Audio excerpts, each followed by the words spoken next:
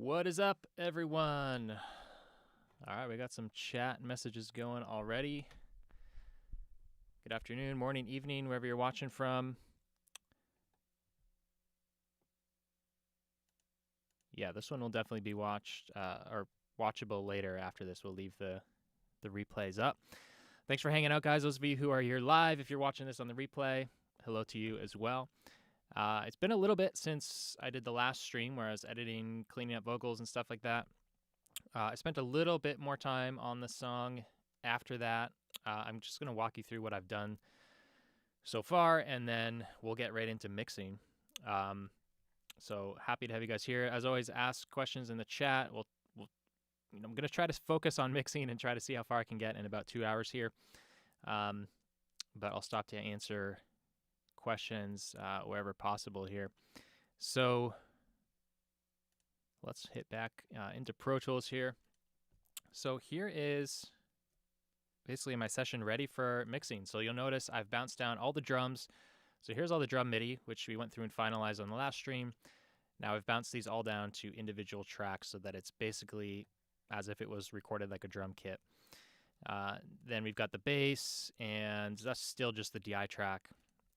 We got some organ, some keys stuff that I did here. And then these are all the guitars. And again, I've bounced these all down to audio as well. So rather than just running the amp sim in real time, I've bounced these down to audio just to make it, again, as if I had recorded a guitar amp. It's just a preference. I like working that way. It also saves any potential recall headaches.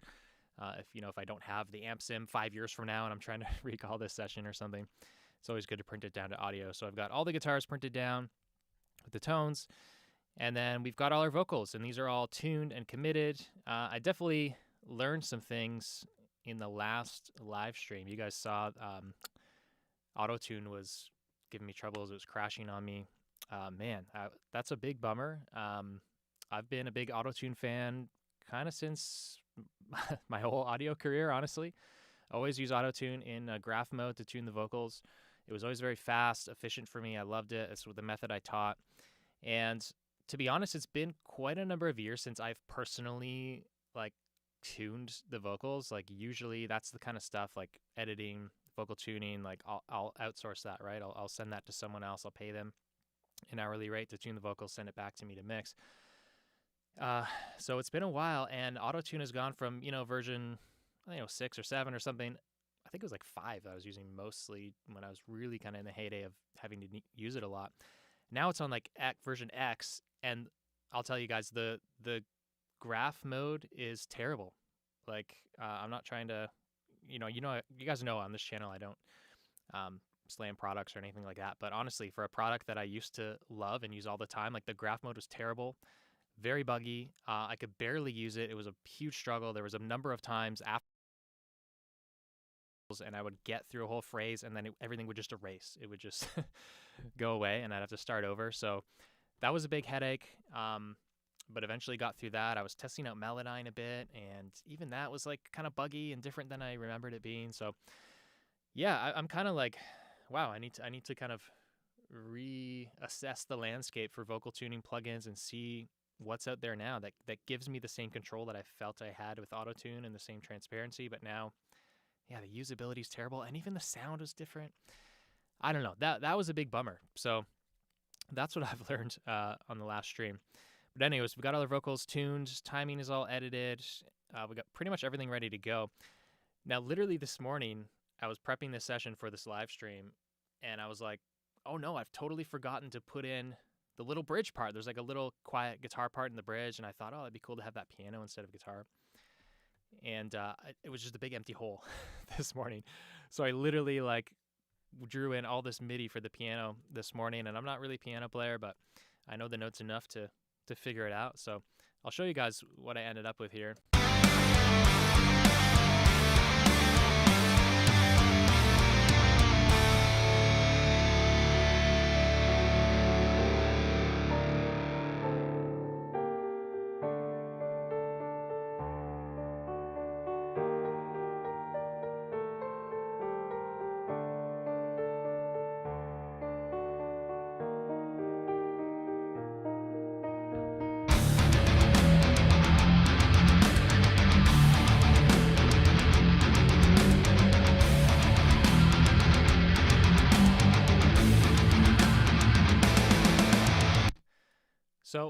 I think that's decent. We'll leave it like that for now. As I'm mixing, I might tweak a little bit here in this piano part, and then I'll print it down. But that's what I've got here. I mean, this is what it sounds like, guys. So strange, I remember you in protest of a prayer, falling back from seas we fear to sail. I swear I saw the shooter gold teeth and a double dare. Postmodern warning seemed inclined to fail. Fading in apology, those words they never left your lips. Those 5 years in Bermuda, slide by like the lights of passing ships. Cool, so that's where we're at. All right, some of you guys are asking for more of my mic. Let me give that to you. Check, check, check. How's that, guys? That feel a little better? I'll play the music again so you can compare.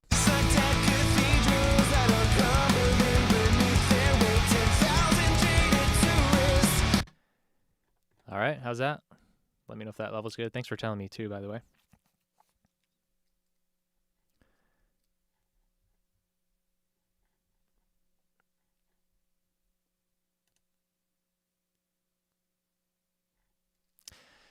Okay, cool. Let me know if it needs to go up any more, guys.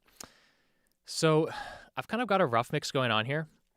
What I think I'll do for you guys is pretty much strip down this session completely so that you guys can really see every step. And normally I would kind of work from a mix template, import my template. Those of you who are in some of my courses, you guys have seen that before. But just for the sake of clarity, so you know exactly everything that I'm doing here in the stream, I will just strip it down. Some people are saying my voice is still quiet. Let me try and fix that. Whoops. Check, check, check, check. Okay, we should be a little louder now.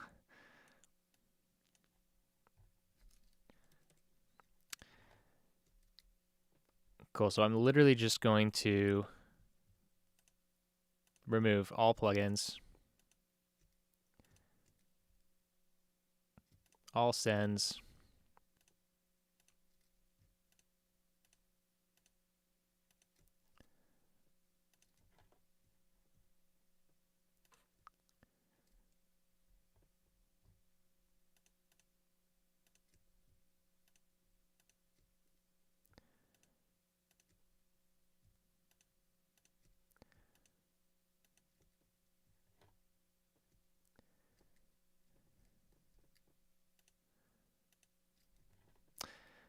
all right, cool.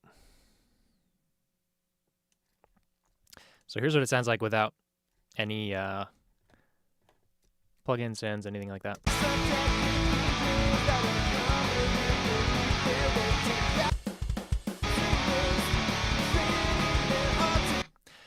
Pretty lame, right? So it needs some work. We can dive in. So basically what I like to do in the mix process is start off with the routing. Now, right now I've got all of my drum tracks out this drum bus right here. So it's just a bus that I've chosen, renamed it drums. This is coming in on my main drum bus right here. And then I've got a parallel compression bus, and I'll walk you through that a little later.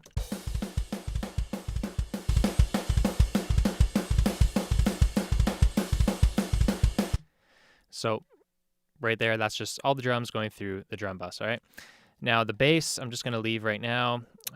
Here's some keys and pianos. I like to make those orange, and we'll throw those after all the guitars, okay? And we're gonna make an aux input for the guitars, and we're gonna make an aux input for the keys. So kind of I got my drums, my bass. I don't know if I have to use multiple bass tracks, like if I'm gonna blend tones, I'm not sure yet, then I'll make a bass aux as well. Otherwise, I might just have one bass track, so it might be fine just to leave it. So let's go guitars, and we'll go keys. So we'll take all of these guitar tracks here, and we'll put this out, guitars bus. Let's see if I got one in here. Yep.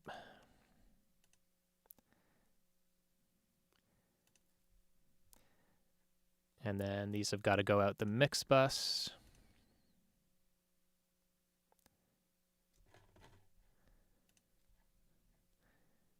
And then for the key,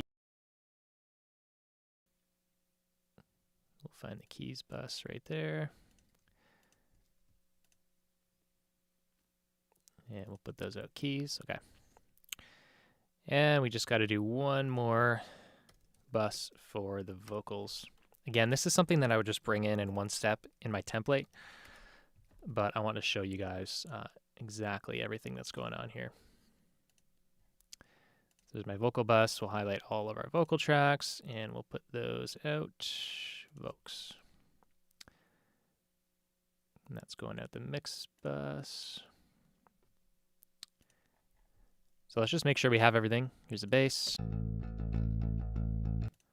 Okay. Whoops. Guitars.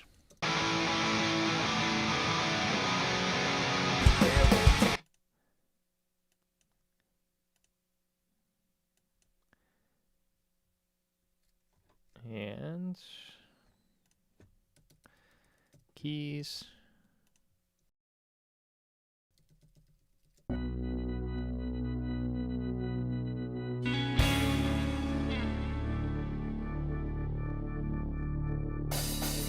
So strange, I remember you in progress. Cool, and I like to have all of my instrument buses coded red. There we go. Man, you guys see this is really annoying. When I'm screen sharing, it literally is covering up the X window on me. That's super annoying. I don't know how to get rid of that. Close window. No. Okay.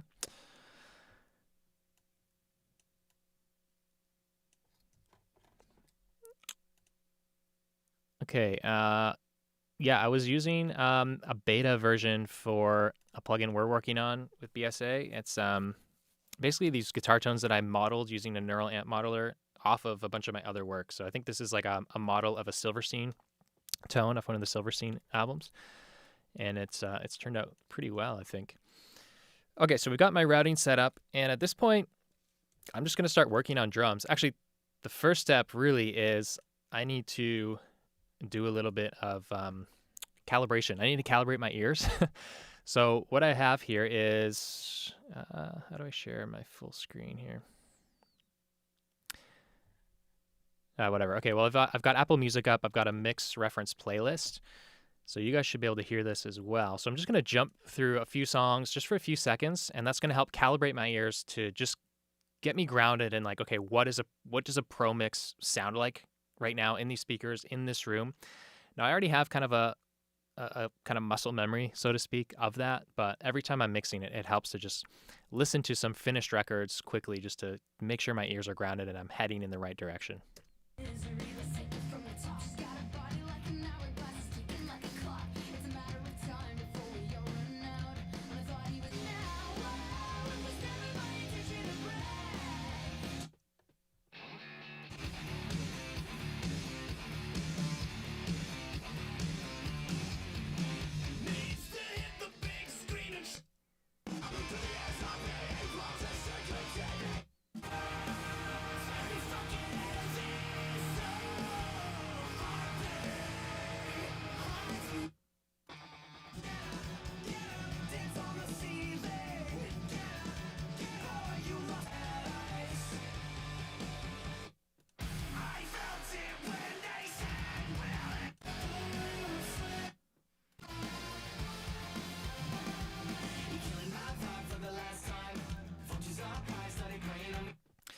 Okay, cool. That's good enough for now.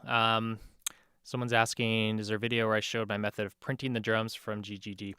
No, but it was actually pretty easy, but the numbers don't line up on the multi-out. I don't know why, but it's like you'll figure it out if you go along with it. It's just every number was off. So if it was like out number 1 and 2 in the GGD plugin, it would actually be multi-input 3 and 4 in Pro Tools, like something like that.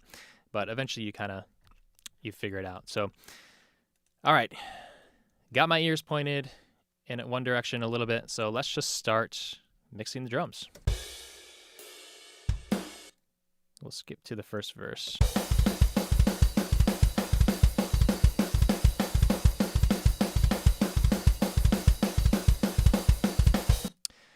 So normally step 1 would be a gate, but since these are MIDI drums, the nice benefit of that is we don't need a gate. So let's load up Telos drums here.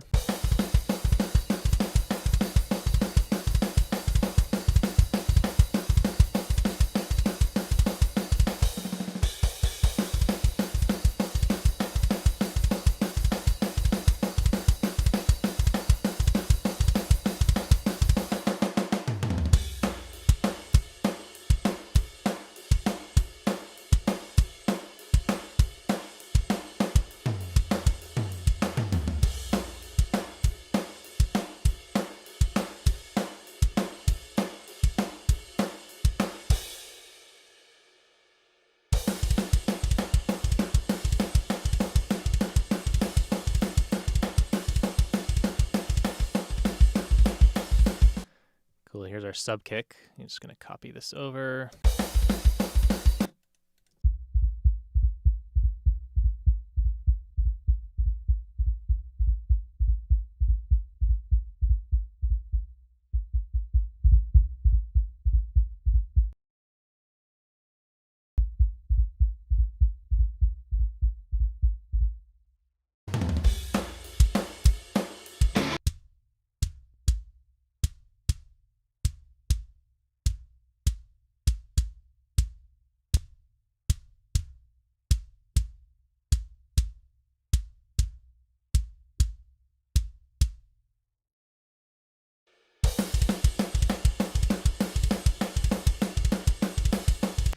So I have not added any actual samples on the kick and snare. Like in addition to the GGD drums, these are just the GGDs, which I did have a blend of a little bit of one shot within that plugin, but it's mostly kind of the I was gonna say live sounds, but it's it's obviously it's all triggered because it's a drum machine. But you know what I mean. I haven't added any additional samples yet.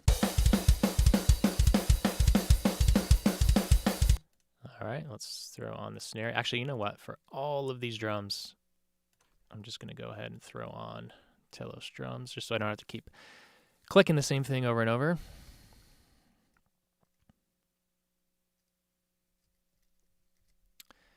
All right.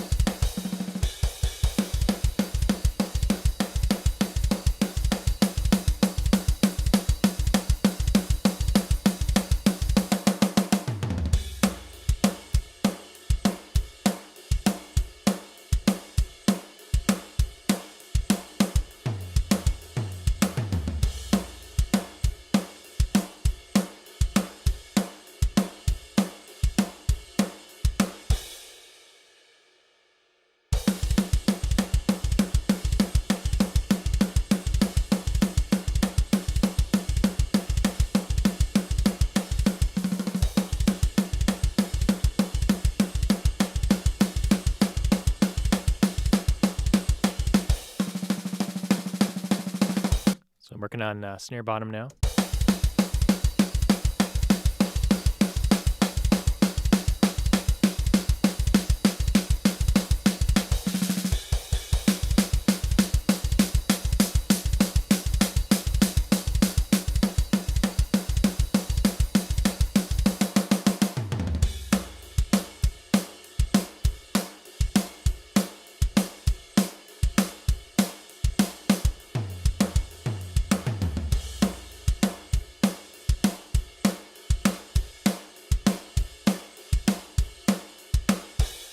So here's something a little bit new that I'm experimenting with lately is cranking a lot of the mids on the snare bottom. It's usually I'd have the snare bottom really scooped, so it's just some low end and a lot of kind of top end sizzle. But I saw, I think on one of Nolly's presets that he did for this plugin, he had the mid cranked way up on the snare bottom, and I thought it sounded kind of interesting and really filled in the snare.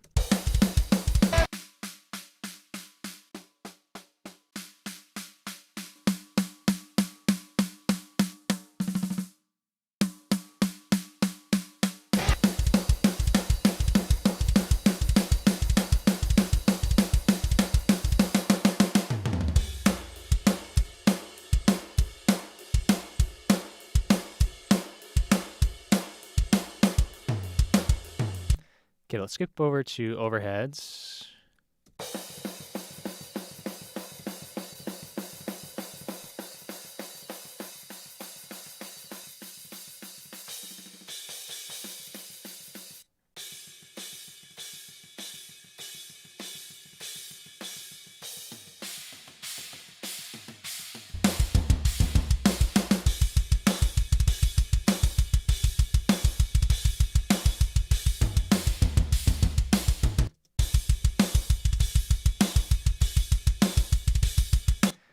Yeah, I find these crashes a little mid-rangey.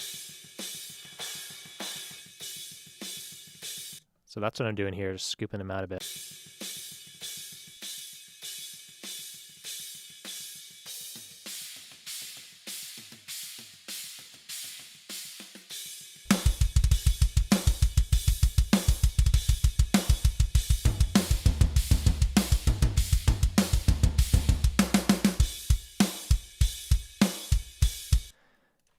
All right, let's rock these toms here.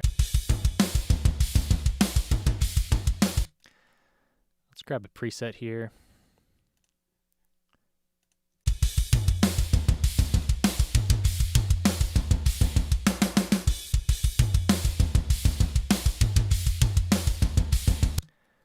Need to hear more rack tom here. Let's go over here.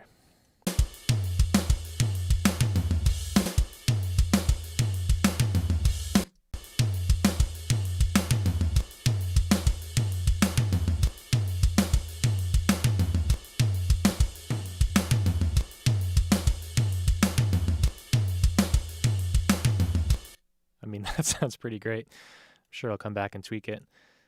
Let's do the floor tom preset. And skip to another section.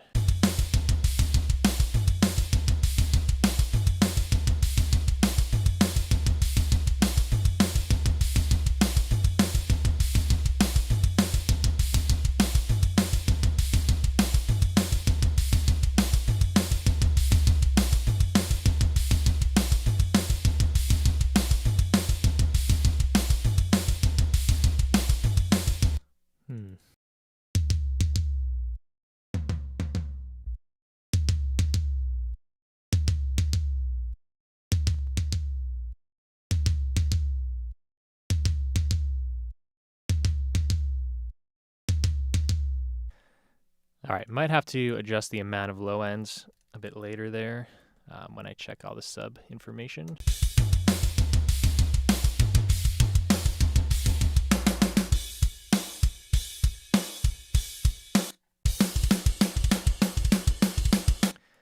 All right, here's our ride cymbal.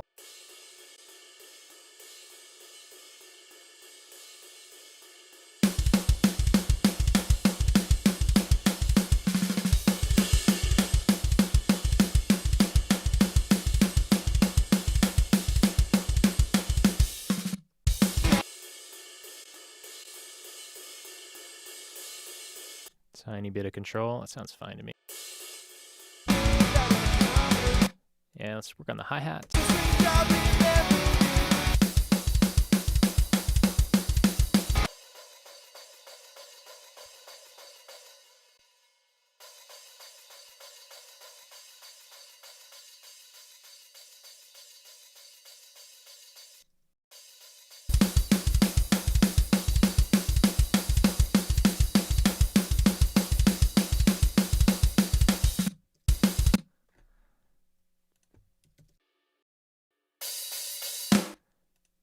Sound a bit bright.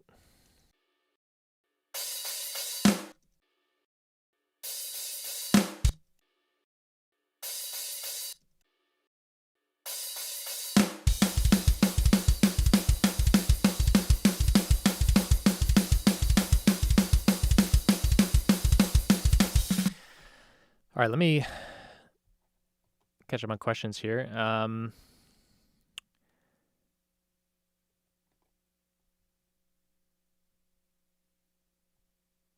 All right, am I trying to recreate the actual mix or your own take? Definitely my own take. This is definitely more a modern production. I'd say the original album, I mean, it's very, very old at this point. You know, it's like 20, I don't know, maybe more than 20 years old. So, yeah, I'm definitely kind of taking a modern production sound on it. Can I hear the lows through the NS10s? Not really. But I've learned to work with that. And then you'll see me later on. I'll throw these on and I'll reference with my reference playlist, and I'll just make sure that I have the right amount of subs, kind of under 100 hertz. Everything else, I just judge on the NS10s.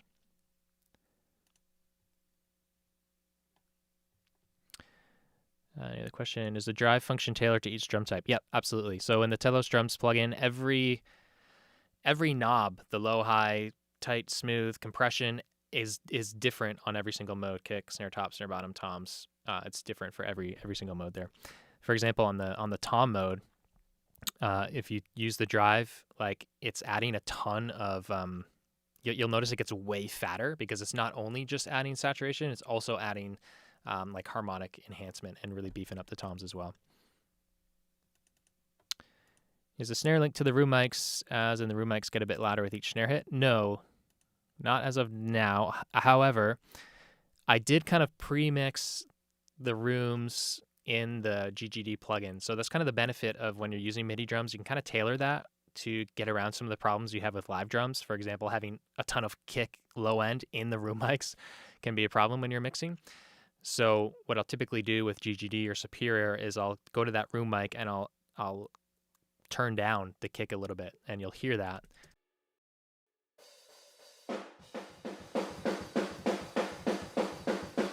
Right, it's mostly snare, right? So I've kind of done a little bit of that lifting ahead of time. Speaking of that, let's jump into the rooms here.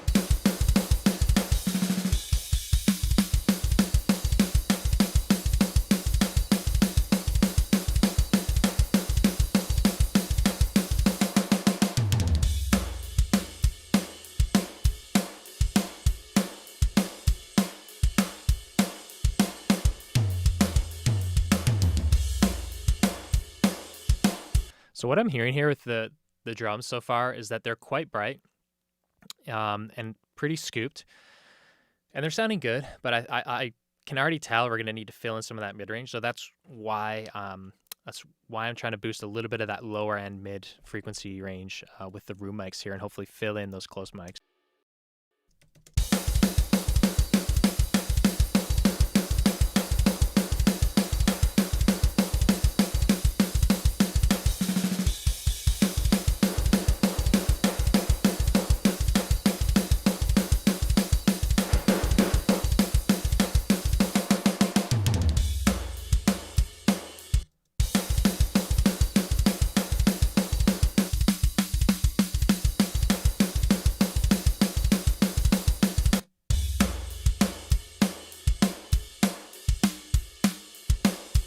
Okay, that sounds pretty nice.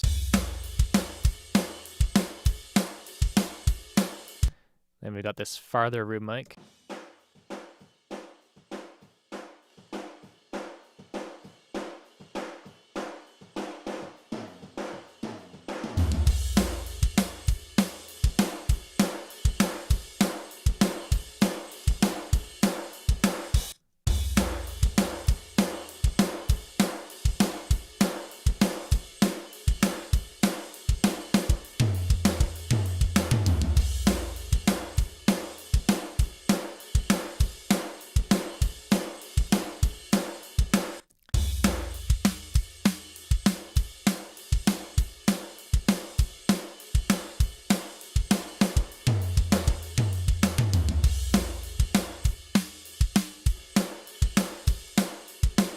So we're relying quite heavily on the room mics here to glue the kit together.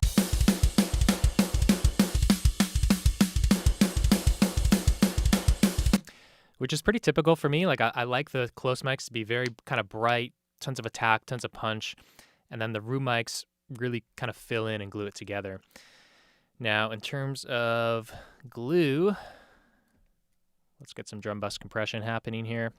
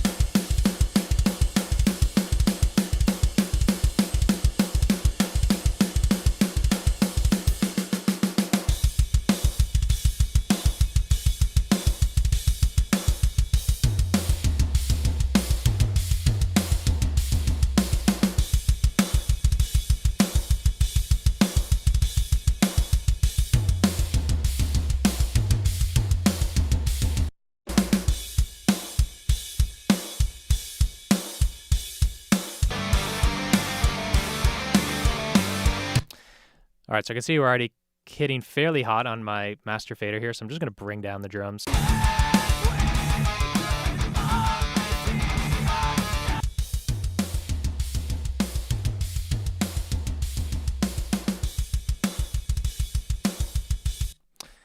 Okay, cool. Let's check up on questions. All right, for some reason, my brain has a hard time understanding what tight and smooth do. So think of them like this. They're cuts. They're EQ cuts. So tight is cutting in the muddy region, in the low mids. Again, that changes depending on... And smooth just is also a cut, but it's in the higher mids. So like smooth is more of kind of the honky, like kind of boxy sound. Cleaning some of that out. Tight is kind of the woofy, muddy frequencies that you're cleaning up. Yeah, the room sound is very nice on these.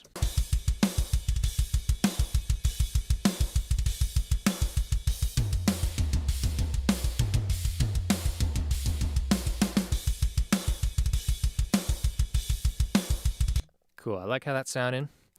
Let's go ahead and see if we can beef up this kick and snare with some samples. So I've got a kick trigger track here, and I've just copied the inside kick mic down onto this track so that I can go ahead and insert trigger. And we'll see what we can get here.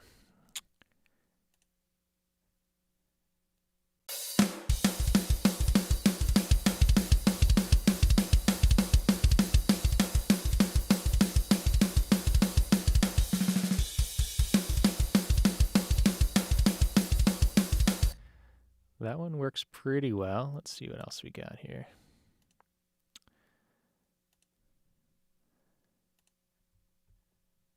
What am I looking for?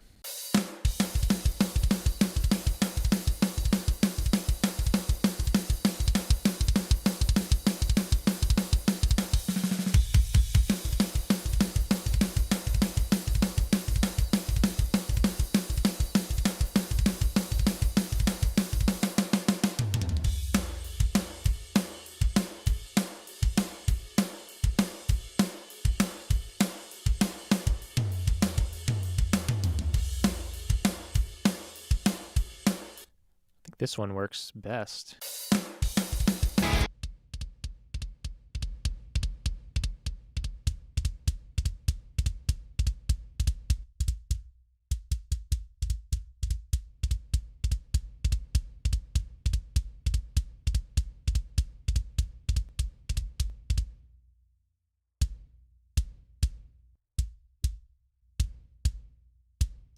So this is filling in some of the mid-range that I think is lacking a little bit on the kick track I have there already. Oh, I printed the one shot separately. Okay.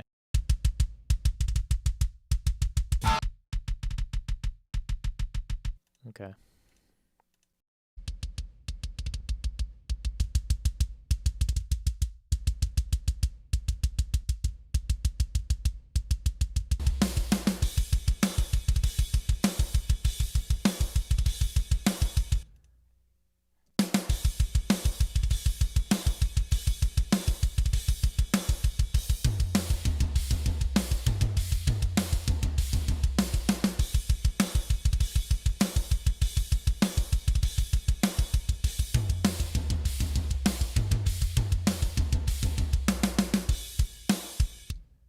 Okay, cool. Now let's do the same thing on the snare. Yeah, I kind of forgot I had the one shot. Let me see how that sounds first.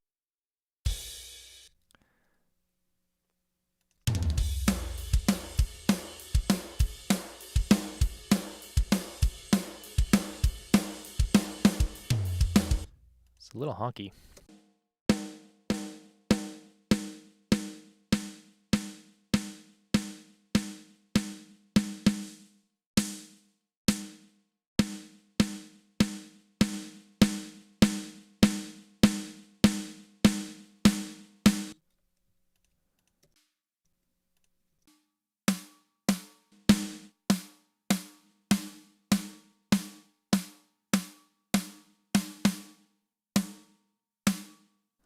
Yeah, I don't know if I'm going to use that. I'm going to mute that for now. See what we can get out of the trigger track instead.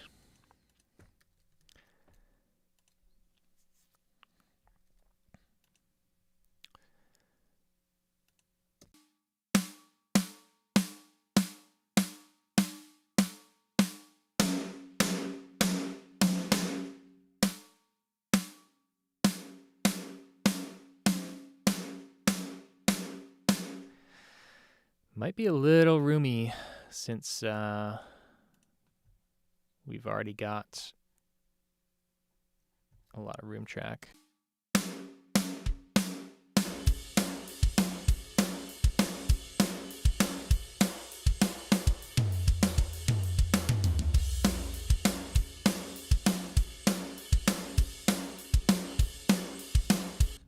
It's adding some nice body though.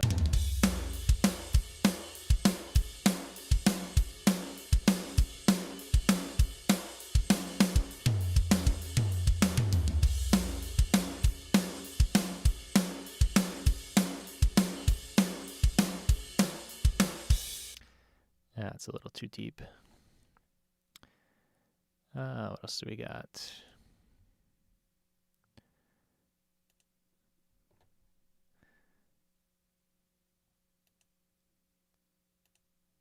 Forgetting where. Oh, there it is, Sundown Snare.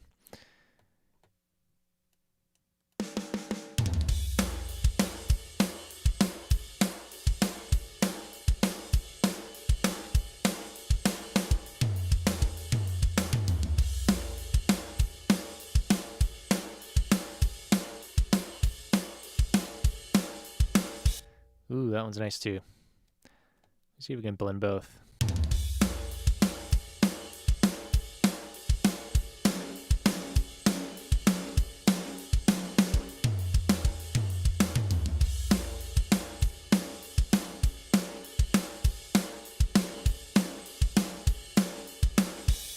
Nice. I'm liking that.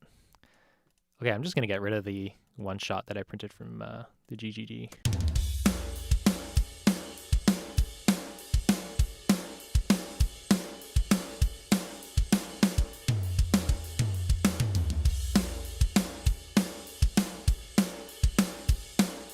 That's sounding a lot beefier to me. Okay, let's get the parallel drum bus going here. So what I do for this is I don't just use the exact same drum mix. I send a separate drum mix to it. So we got drums, and then I should already have a bus name for this. There it is, Crush. So I'm sending all of these tracks out through Crush, and we'll just start with the same mix. Okay, and then what we're gonna do is we're gonna throw over the BSA drum bus, and we're gonna go into slam mode.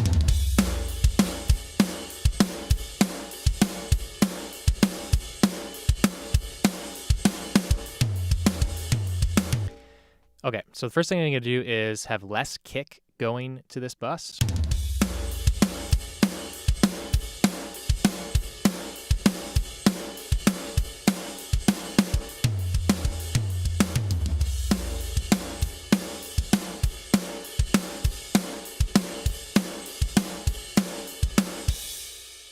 And we're gonna have less cymbals.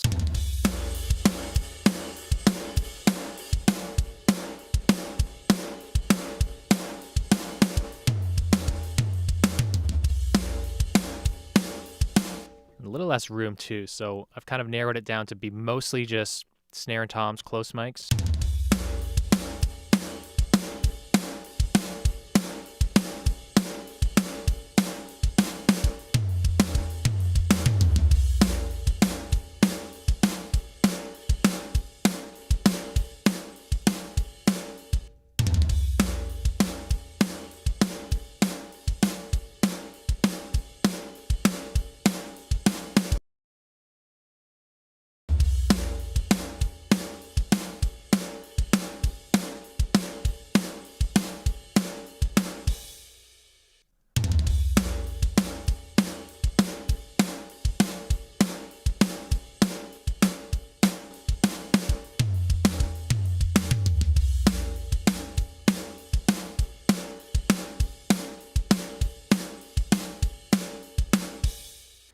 And I'm just kind of trying to dial it in to listen for that sweet spot where we get that nice kind of smacky crack on the snare. Maybe have a bit more kick in there.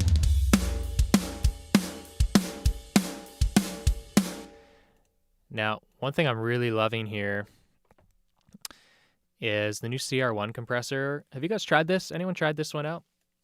I love this thing. It's so good on drums. Now this song is really fast with the punk beat on the drums, so it might not be the best, but let's see what we can get.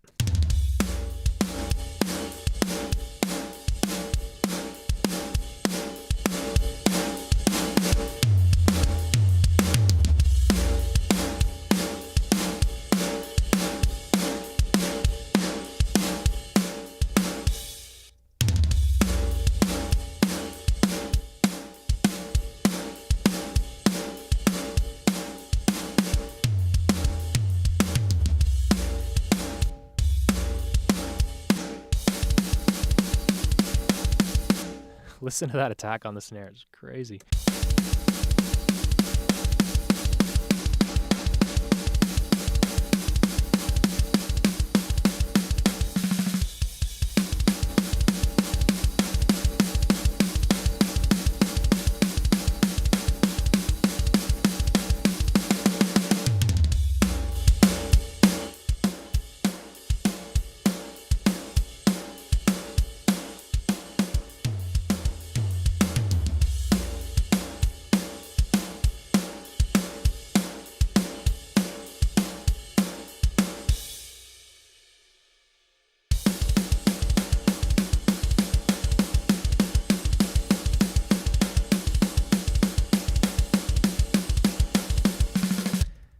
Cool, happy with that so far. Okay, I'm gonna throw on my mix bus compressor. What's it called? SSL. Here we go. I like the CLA finalizer preset.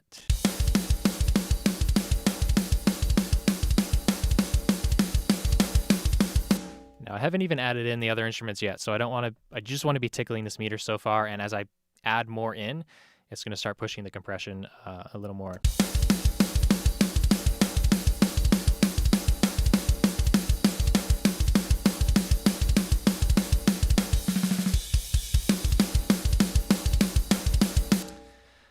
Do I follow the panning on the toms for the crush bus?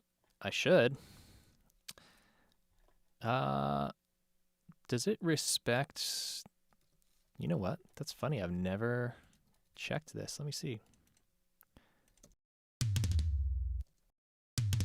Oh no, they're straight center. Dude, would you believe I've been mixing for this long and just mostly just leave it like that? I guess it would just, blending with the regular drum bus, it would just pull my toms in a little bit. But let's copy the pan over there. There we go.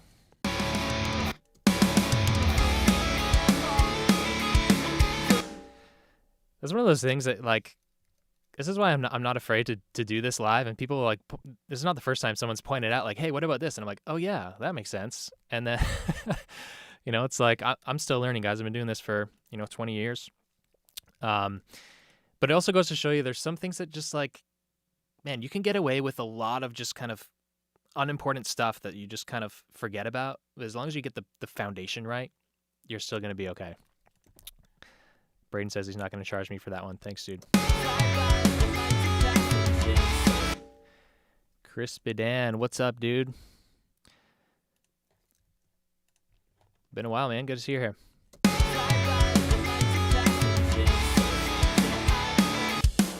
Okay, I'm liking these drums. Let's bring in the bass.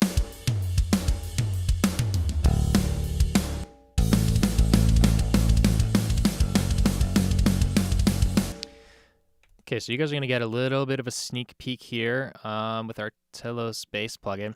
By the way, I guarantee you there's going to be comments that come through on this that are like, oh, this is just a plugin advertisement. It's really not meant to be. I'm literally trying to mix from scratch in front of you guys to show you my process.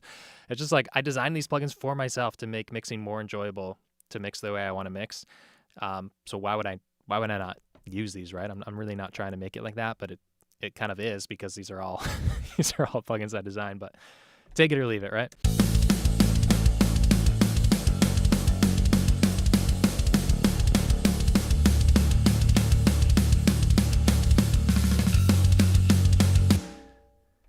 All right, Chris is saying, so grateful for you, brother. Still using the fundamentals I got from the Mix Vault. Amazing, dude. Super stoked to hear that, man. And yeah, it's good to hear from you again. I've seen a few videos on your channel. Check out Chris's channel, guys. He's doing some good cool stuff, showing you guys kind of like this. Like, I think, Chris, I've seen you do some live streams where you're like producing stuff and writing stuff on the fly, which is pretty sweet. So go and check out Chris's channel, guys. Anyway, this is Telos bass. So the cool thing about this one is we've got an amp sim section built in, because so often with bass, you just have a DI track, right? Like these days I'll just track a DI. Sometimes I'll track a Sans amp or something with it. And then in the mix, you know, you're throwing on different plugins. It's usually a Sans amp plugin or a Dark Glass or something like that. So I just wanted to make this really easy and just kind of have an all-in-one bass plugin that also had some go-to tones. So it's not meant to be like a full-featured amp sim, but it is meant to just kind of get you right there to that tone pretty quickly. So these are the different sounds we have.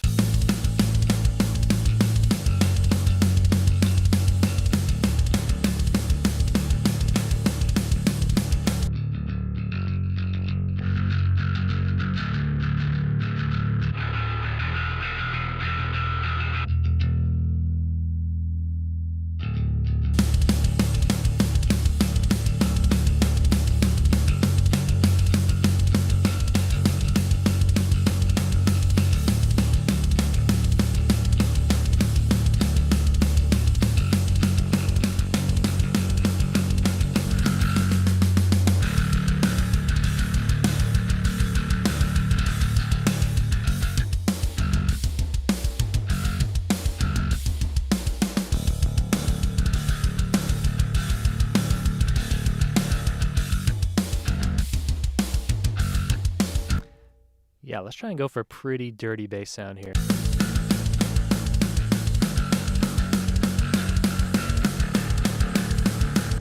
And we got a few different saturation modes here. I really like the hot mode.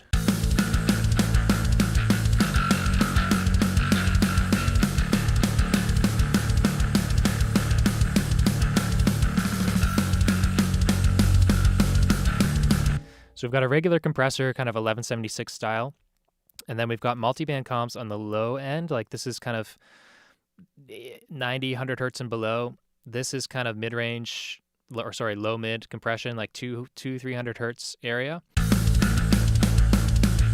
So Chris and others who have taken my training, you know that usually I'm kind of compressing those low frequencies separately so I can really have control over those. So this plugin accomplishes that. You can also use the low control plugin or like a C4 multi-band comp or something to do this, but we've got it built in here.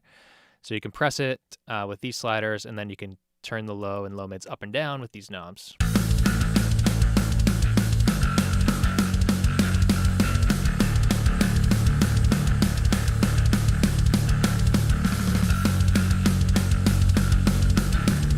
And then this enhance kind of does, similar to the low control plugin at the enhance knob.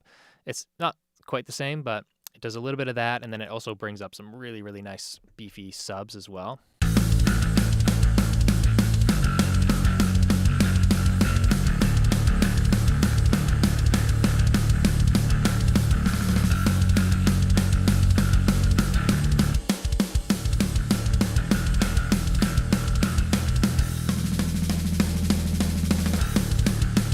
All right, let's bring in the guitars.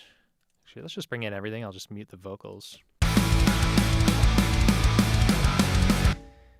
And we'll just go ahead and put Telos guitars across all of those tracks here. And my main left and right guitars, I'm going to group so that I process them the exact same on either side. Okay, control bypass sends. Cool.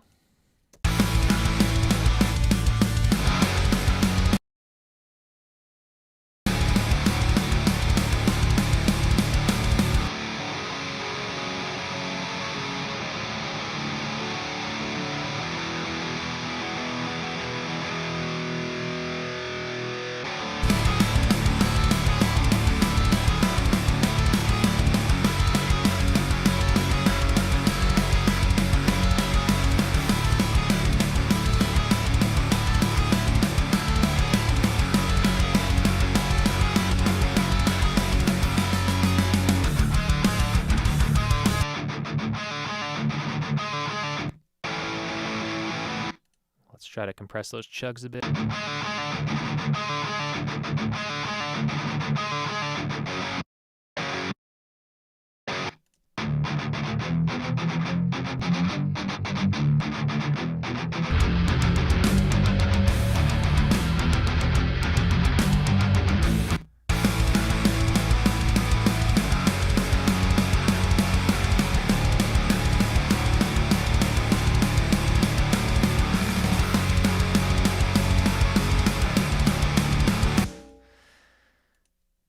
All right, Samuel's saying, nice plugin. Is there a release date? I forget the actual date. Before the end of this year, man. I think it's be after Black Friday, but before the end of this year. We're in the final stages. We hit a little snag with the amp sim. We're trying to get it so it's not too heavy on the CPU because it is like a neural model sim. So yeah, we're trying to not have it be too hard of a CPU hit.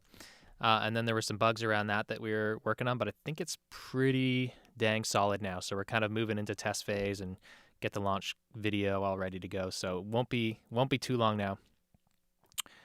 Braden's saying, funny how many inserts are disappearing with the template with the Telos plugins. Yeah, I mean, dude, look at this whole mix so far is just literally Telos drums, Telos bass, Telos guitar. I mean, this is my vision, this is my goal, and we still need a reverb, we still need a mix bus compressor. The mix bus plugin is actually the one we're working on is pretty sick. So yeah, probably within 3 to 6 months, it will just be completely these kind of plugins across the entire mix, which I'm pretty stoked about. Chris, do you prefer oversampling on this plugin, or is it just on by default? Oh, was it on? Oh no, it wasn't on. It wasn't on. If you just hit that, then it goes on. Yeah, I usually don't have oversampling on. I don't know. I never really cared about it. I just honestly, we just put it in our plugins because if we don't, someone on YouTube will just make a video about how we're ripping people off because we don't have oversampling. So personally, I don't think it makes any difference at all. But that's where we're at. Yeah, you're right, Chris. That's a good catch because maybe we should change that because we probably want to keep a similar user experience because that's off and then 8x. What did we do on drums? Yeah, same thing. Okay, so again, I'm super stoked that people are noticing little things like that because those are those little details, right, that make a difference. So we should change that to off just to match the user experience across the board. So thank you for catching that. Appreciate that.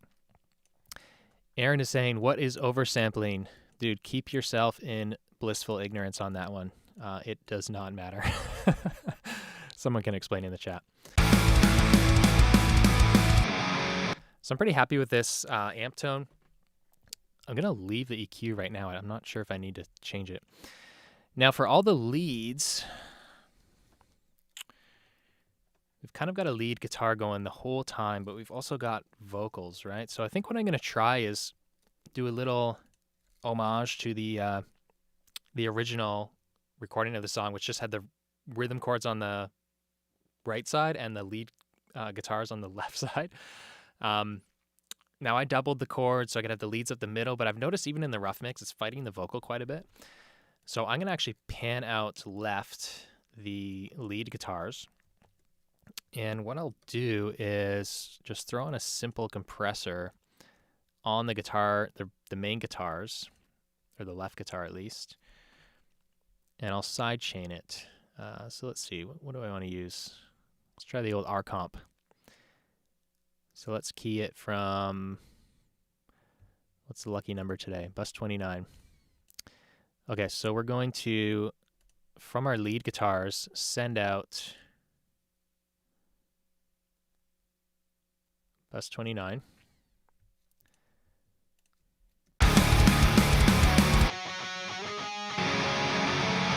And the idea is that whenever that guitar is playing on the left, it'll duck this one. So let's go 4-to-1. Let's try these attack and release.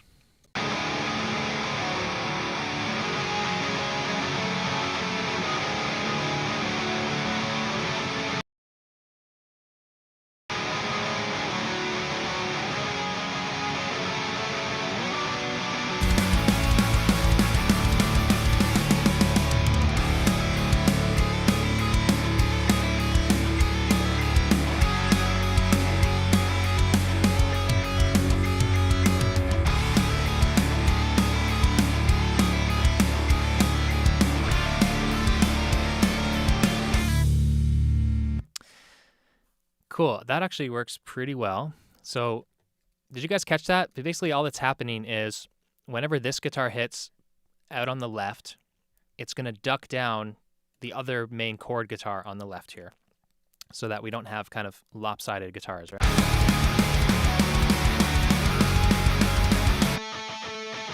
This octave's a little harsh sounding though.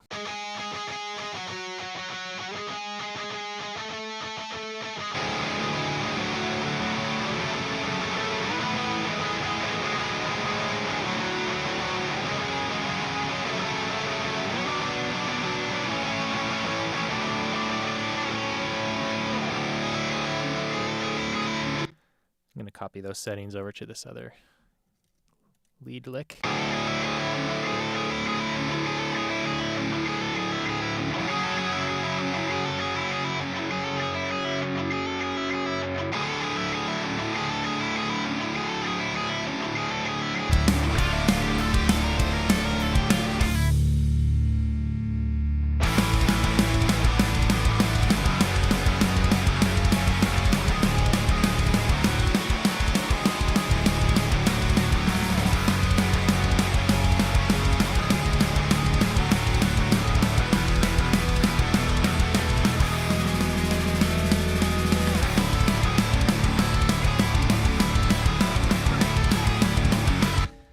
Bring some vocals in.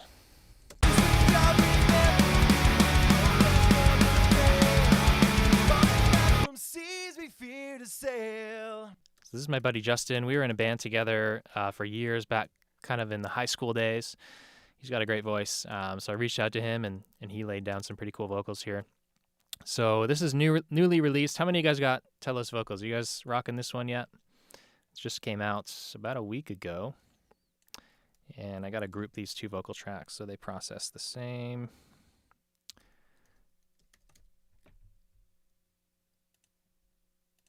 Okay. So strange, I remember you in protest of a prayer and falling back from. So strange, I remember you in protest. So lots of plosive there. So strange, I remember you in protest of a prayer and falling back from seas we fear to sail.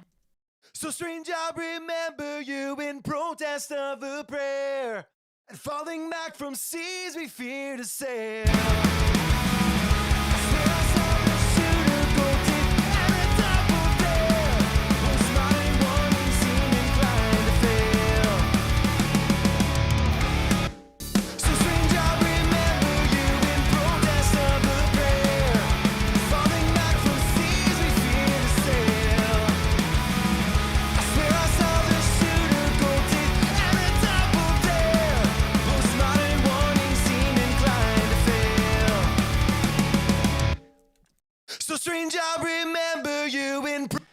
So the challenge with this is it was definitely recorded kind of just in a basement setup.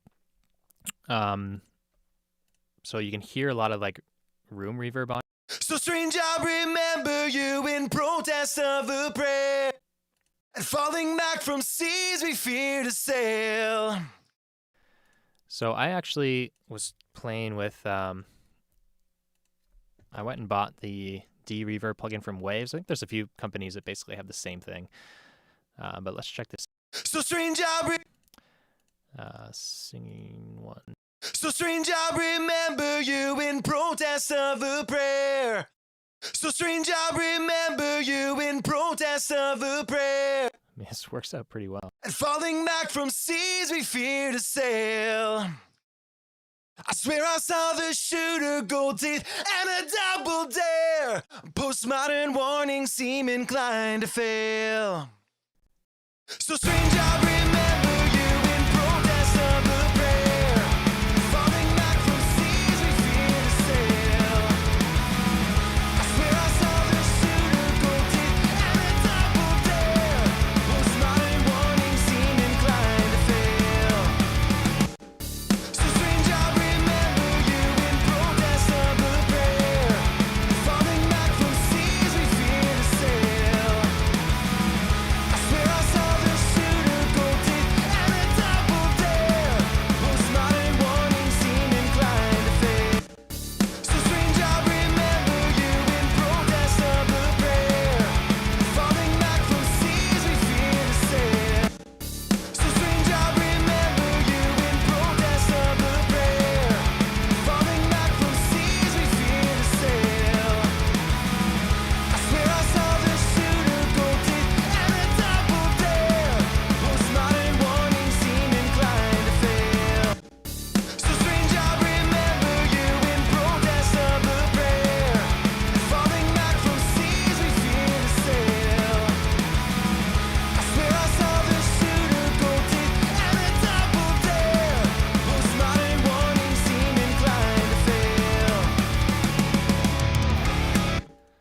let's rock that for now.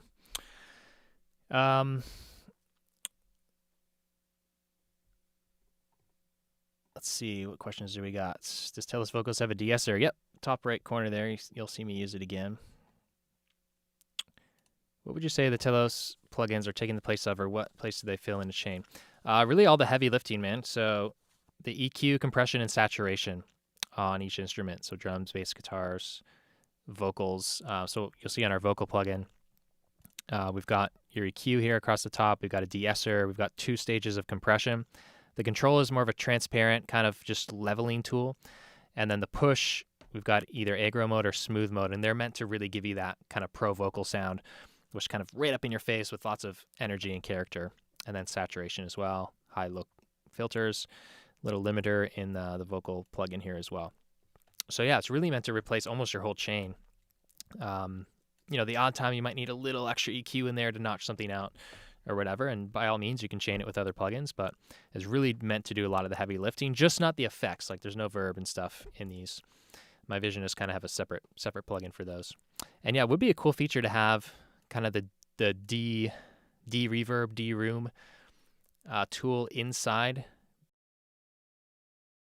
sure what that would do kind of CPU wise, but should definitely be possible. Oh look, we did this on Telos Vocals too. We should update that. But yeah, I think at this point, there's pretty established algorithms for this kind of neural network de-reverb stuff. So I think we could fairly easily add that in our plugins. And they taste like dead cathedrals that are crumbling beneath their weight. 10,000 jaded tourists who traded in their hearts and hands for disposable cameras set to document decay. So the challenge with vocals that we kind of record at home, kind of not ideal environment, is I'm kind of fighting against, like, I want tons of that compression to get that attitude, but that's also kind of bringing up the artifacts of, like, not the best recording setup. So we'll see. I'll keep working on that.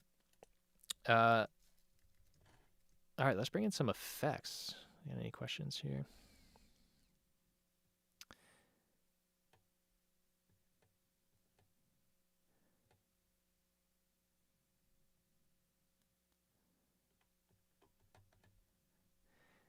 Yeah, the de-reverb is quite cool. I was pretty impressed with it. All right, effects. So in this case, I am going to bring in my template, guys. So let me import. I've been working on the 2025 version. I know some of you guys who are in the Artist Pass community have been asking for this. We'll get it out as soon as Telos Bass is out, because then we'll kind of replace all the old chains with the Telos plugins. But for now, I'm just going to bring in all of my reverbs and delays. Let's see. Shouldn't matter, but we'll do that anyway. Oop, forgot to remove the question. Thank you.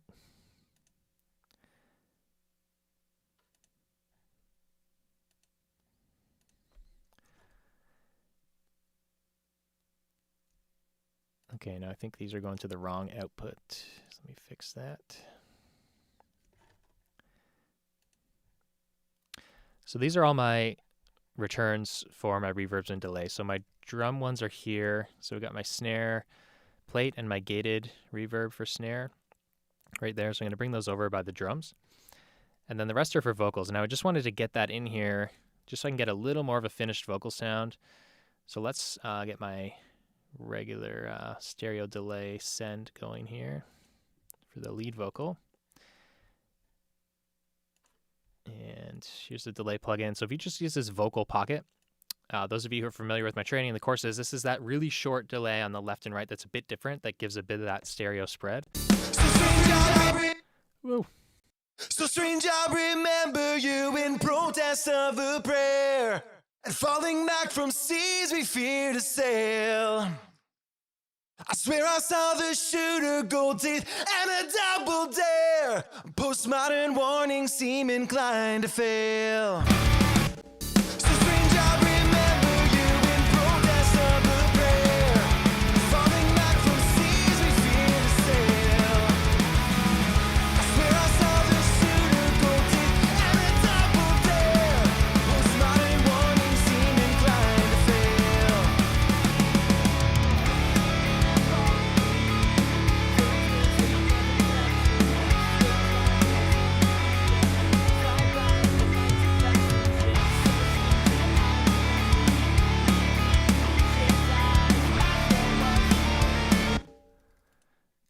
get some drum reverb happening.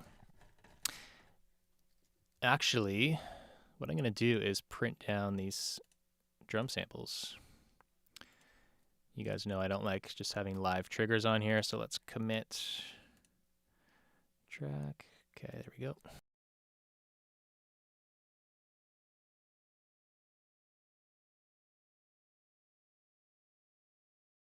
Cool, we'll call that kick sample. Get rid of the trigger. And let's see if we even need this one-shot track here.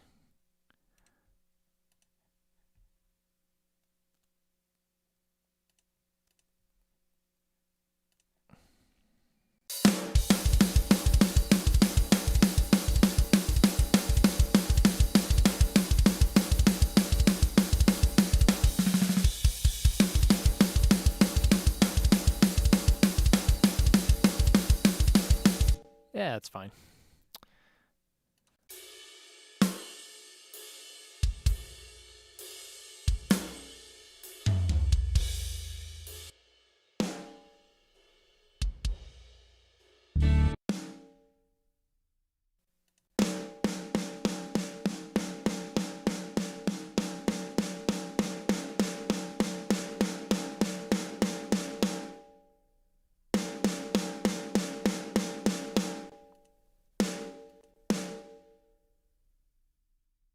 All right, let's print this down as well.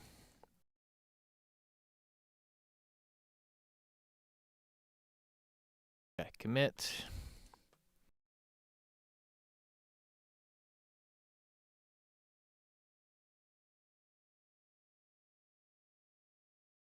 Use a stereo track because some of my kick samples do have stereo ambience, but this particular sample.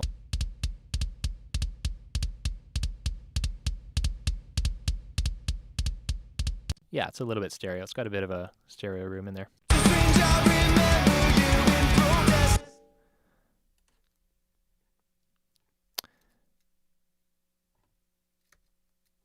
All right, where did my snare commit go? That's weird.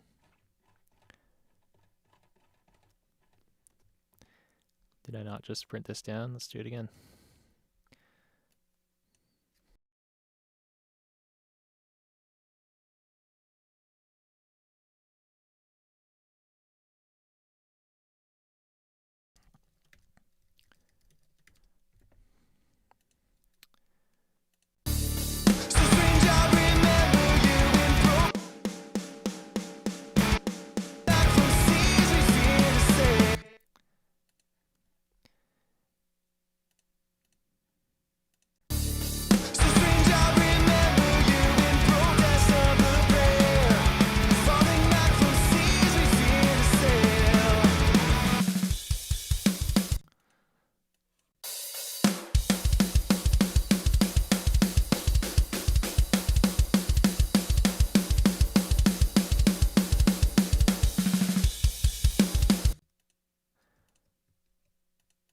I got something weird going on with my groups here. Kick sample, snare sample. Add.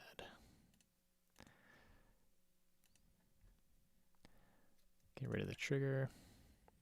I just need to copy that over to the new track.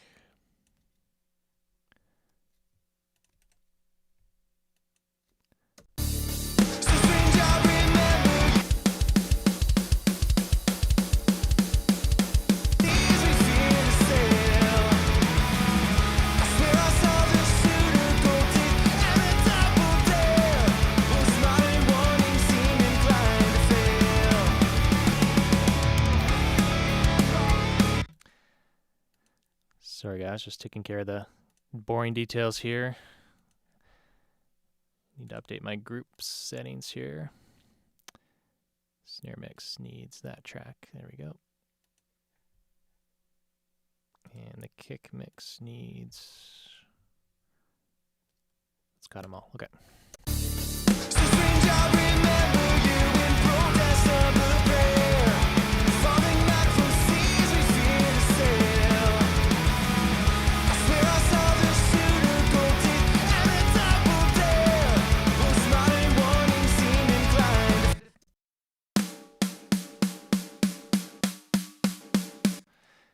Okay, let's add some snare verb here. So let's do the gated snare first. See if I can find it. There it is.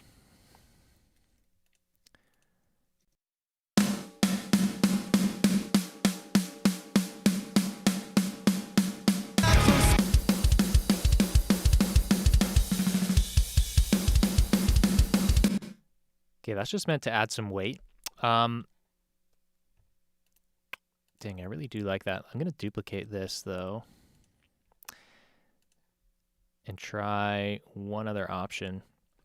So have you guys seen my video where I did the Call of Duty mix?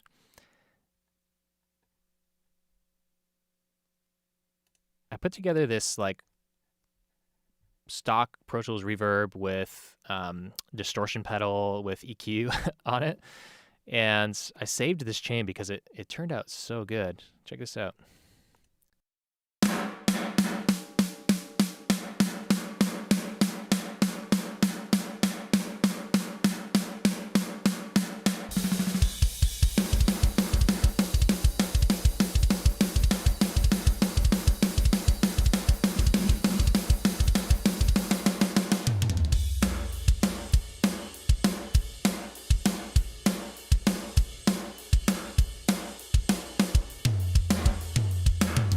Now, the only thing is that this chain sounds pretty similar to the room tracks we already have.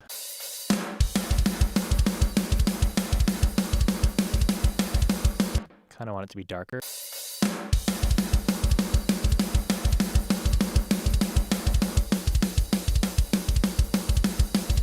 Let's compare that to the normal gated verb.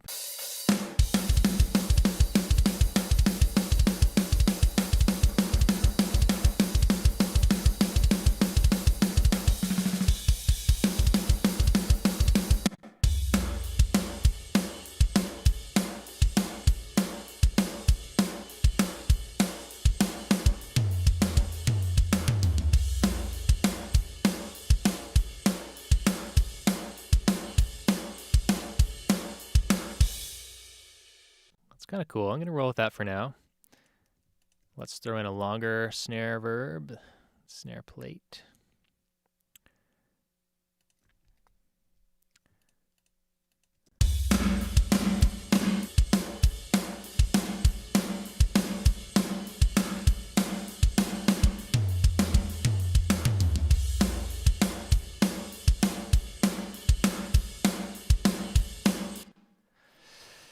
Don't you guys hate when you can hear a reverb?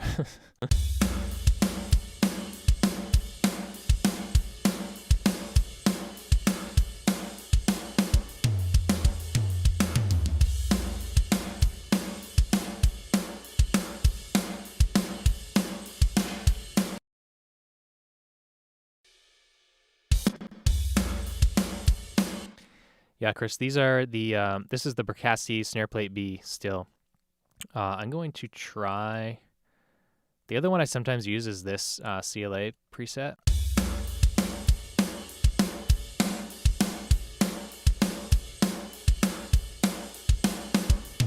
Which might be better suited. The Bricasti has so much low end, which is often really good, but in this case, maybe too much because the snare hits are so fast for a lot of the song.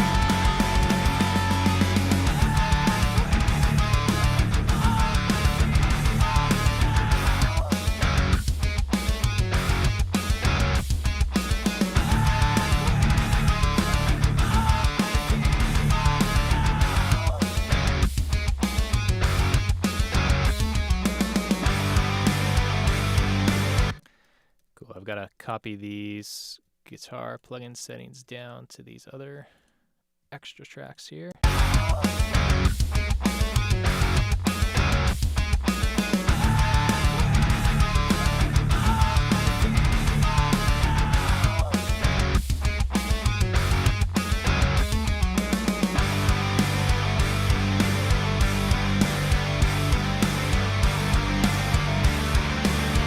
All right, we need to keep working on some vocals here.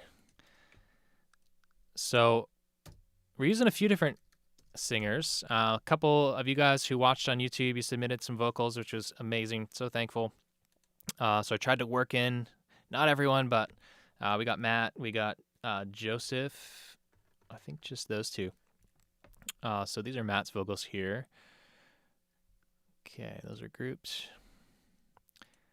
And we'll do Telos Vocals on those.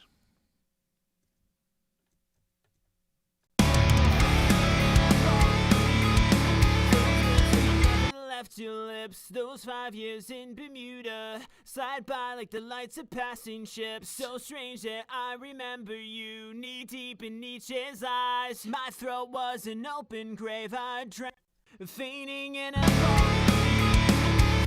One thing I noticed, guys, a couple people did some kind of reviews or tutorials on Telos Vocals when it came out on YouTube, which is great. But I noticed a lot of them, like, they would dial in the compression and they would do like this. Feigning an apology, those words that... They'd like put it so it's kind of cranking, and then they back it up so it's like just kind of hitting on louder words. Feigning an apology, those words they never left your lips, those 5 years in Bermuda. So pro tip, when you're using this plugin, don't do that. Be way more aggressive. Like, I think the combo of these compression modes is really what brings a lot of the magic to the vocal. Feigning an apology, those words they never left your lips, those 5 years. And if you watch my video, you would already seen this, but the gain reduction meters here, they're kind of purposely set to show where the sweet spot is. So this push one, if you're kind of hitting between 12 and 20 gain reduction, it's usually kind of where you want it. And then the control 2, it's like you probably don't want to do much more than 9 on the loudest parts, right? That's just meant to really level the vocal off. The push one, you hit it harder. So, that's purposely designed in there. Is the numbers on that gain reduction meter is kind of designed to help you land in the sweet spot of these compressors. Feigning an apology, those words they never left your lips, those 5 years in Bermuda, slide by like the lights of passing ships. So strange that I remember you. Grave, I drank your stained glass eyes, And they sucked feigning an apology, those words they never left your lips, those 5 years in Bermuda, slide by like the lights of passing ships. So strange that I remember you, knee deep in Nietzsche's eyes. My throat was an open grave, I drank your stained glass eyes.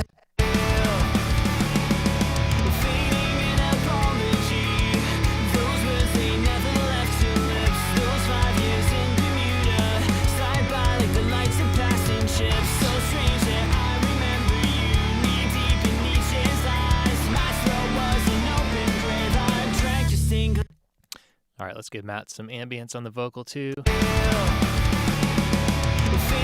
an apology, those words they never left your lips, those 5 years in Bermuda, slide by like the lights of passing ships. So strange that I remember you, knee deep in Nietzsche's eyes. My throat was an open grave, I drank your stained glass eyes. And they sucked at cathedrals that are crumbling beneath their weight. 10,000 jaded tourists traded in their hearts and hands for disposable cameras set to document decay.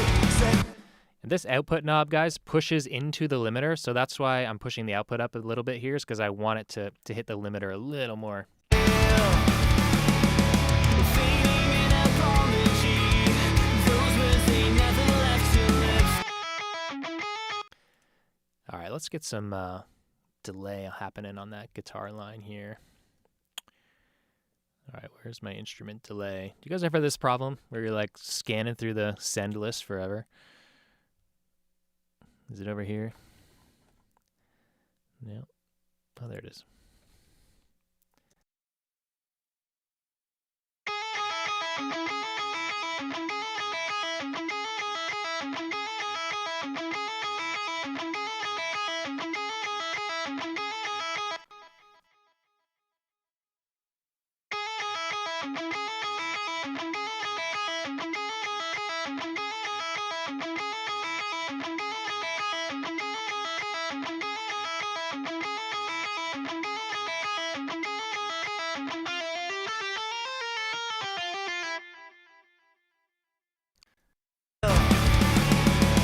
Fading an apology. Those words they never left your lips. Those 5 years in Bermuda slide by like the lights. Okay, we need a little automation delay here. So if you guys are familiar with the original, yeah, good call on the search. Throw, there we go. Duh, that's a lot easier.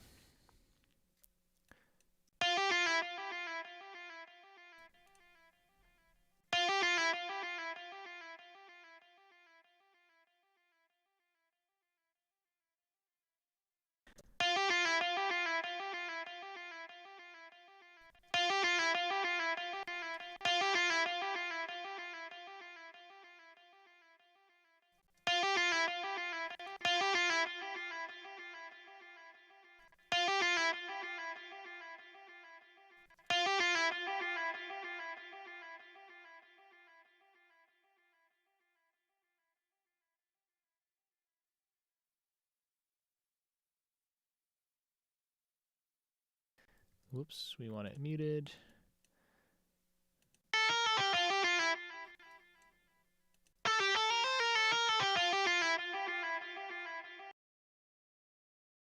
My throat was an open grave. I drank your stained glass eyes. And they sucked at cathedral. Nietzsche's eyes. My throat was an open grave. I drank your stained glass eyes. And they sucked at cathedral. That's kind of weird how that's on the left and then the delay goes mono, so we'll try to fix that. Nietzsche's eyes. My throat was an open grave. I drank your stained glass eyes. And they sucked at cathedrals that are crumbling beneath their weight. 10,000 jaded tourists who traded in their hearts and hands for disposable cameras set to document decay. Set to capture just enough of life to catalog the things we throw away. Breathing the fumes of our machines. We blast our Here's my AI generated voice. So I sang this and then I got, what was the site called? Dang, I forget. I really shouldn't forget because they gave me a free license to it. I think it started with an M. We've lost our way. We've lost our way. To our machines. We've lost our way. Breathing through to our machines. We've lost our way. Musora, is that one? Musora? Let me try and pull it up.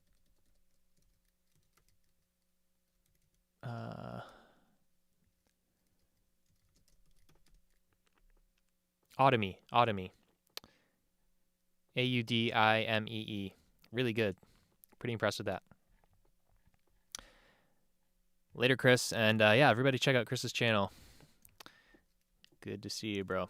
So strange that I remember you, knee deep in Nietzsche's eyes. My throat was an open grave. I drank your stained glass eyes. And they sucked at cathedrals that are crumbling beneath their weight. Cool. All right, what vocals have we not hit yet? Some screams here. Only see us now. If we could only see us now. Okay, there's a lot of room in this vocal as well, so let's get this D-reverb plug in again. Halfway could only see us now. Halfway could only see us now. Halfway could only see us now. Halfway could only see. Halfway could only see us now. Halfway could only see us now. Halfway could only see us now. Just taking out some of the upper mids there so it doesn't clash with the lead vocals as much. Halfway could only see us now. Halfway could only see us now. And let me spread that vocal out here. Where's my vocal doubler? There we go. Halfway could only see us now. Halfway could only see us now. We got some screams here. Halfway. Halfway could only see us now. Halfway could only see us now. Let's get our stereo ambience in there. Halfway could only see us now. Halfway could only see us now.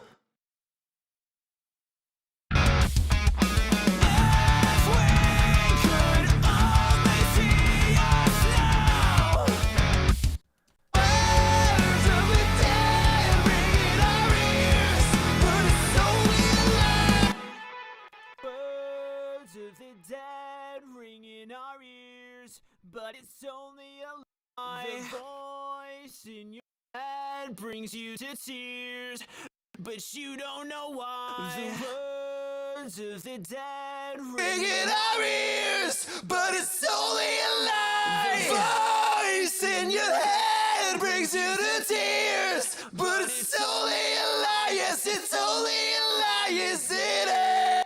Words of the dead.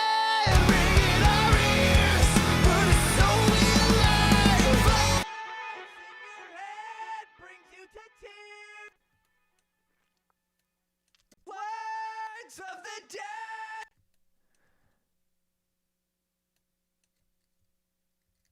Words of the dead ring in our ears, but it's only a lie. The voice in your head brings you to tears, but you don't know why. Words of the dead ring in our ears, but it's only a lie. Voice in your head brings you to tears, but it's only a lie. Yes, it's only a lie, is it?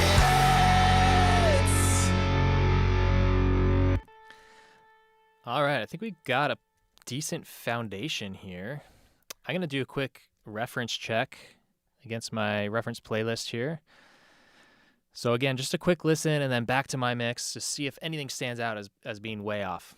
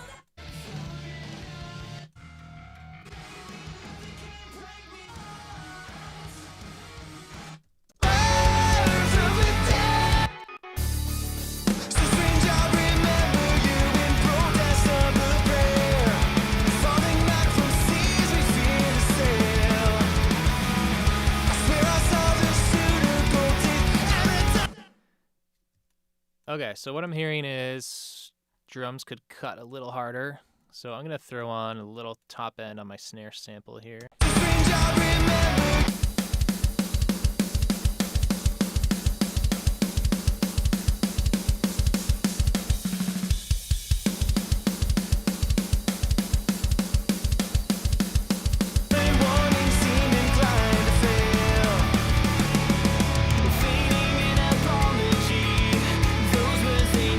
And maybe a little more low mid in the kick.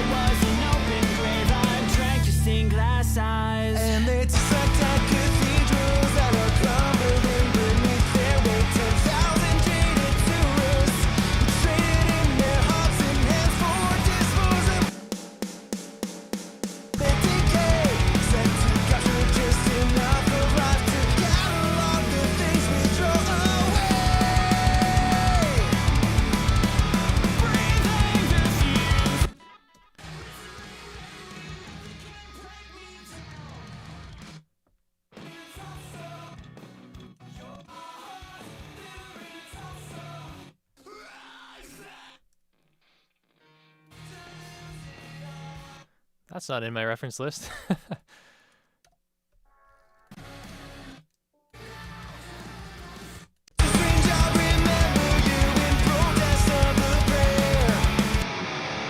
So maybe the guitars could be a bit thicker.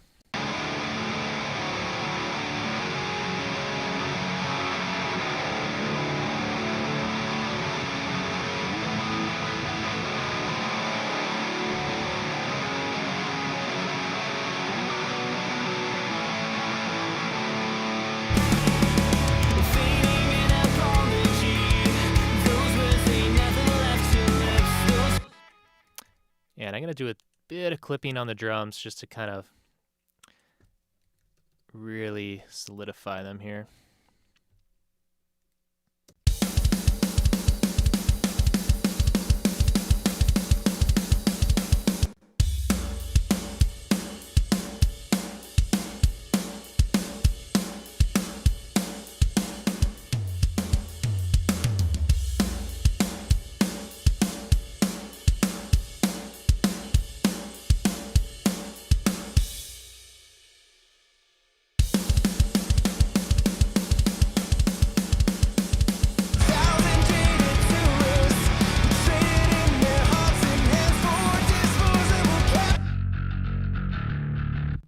And then the bass could be a bit fatter.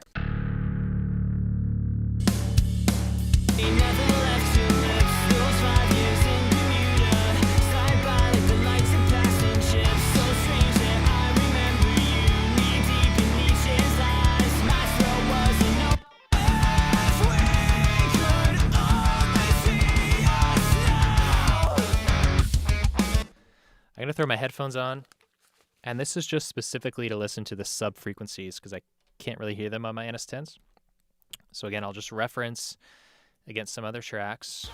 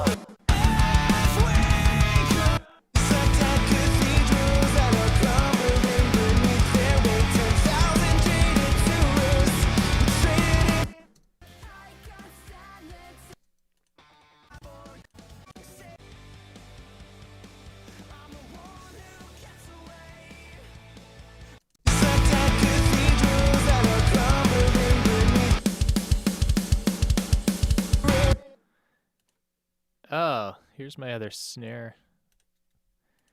I knew something weird happened here.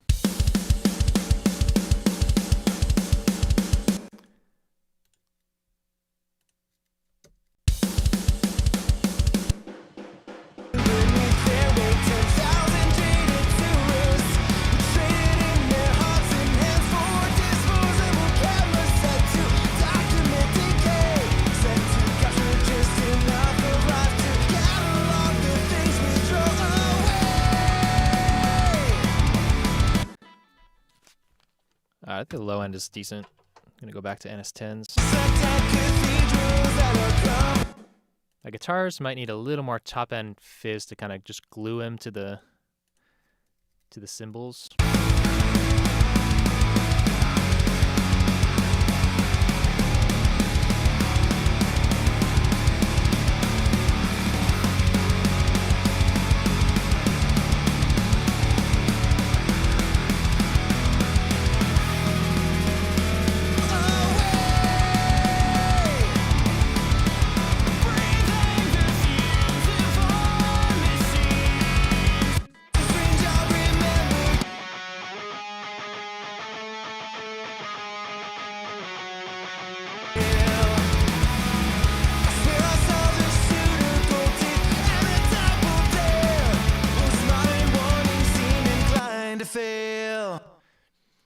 Cool. I might throw a little vocal doubler on the lead vocals here. So strange, I remember you in protest of a prayer, and falling back from seas we fear to sail. And let's try to have it just on the top end. So strange, I remember you in protest of a prayer, and falling back from seas we fear to sail. So strange, I remember you in protest of a prayer, and falling back from seas we fear to sail.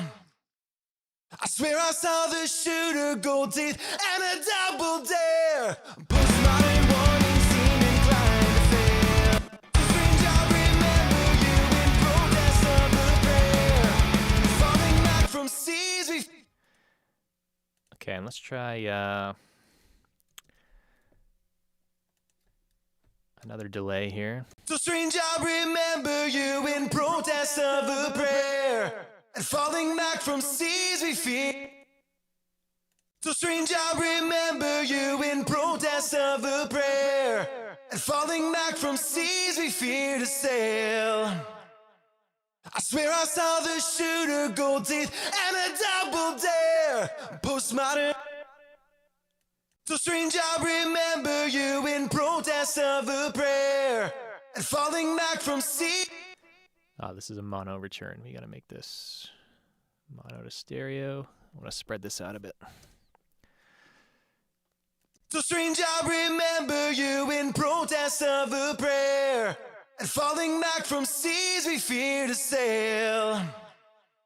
I swear I saw the shooter, gold teeth, and a double dare. Postmodern warning seem.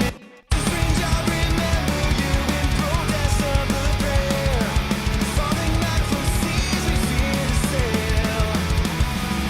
I swear I saw the shooter, gold teeth, and a double dare. Postmodern warning seem inclined to fail. Fading in apology. Those words, they never left your lips. Those 5 years in Bermuda, slide by like the lights of passing ships. So strange that I remember you, knee deep in Nietzsche's eyes. My throat was an open grave. I drank your stained glass eyes. And they dissect at cathedrals that are crumbling beneath their weight. 10,000 jaded tourists traded in their hearts and hands for disposable cameras set to document decay, set to capture just enough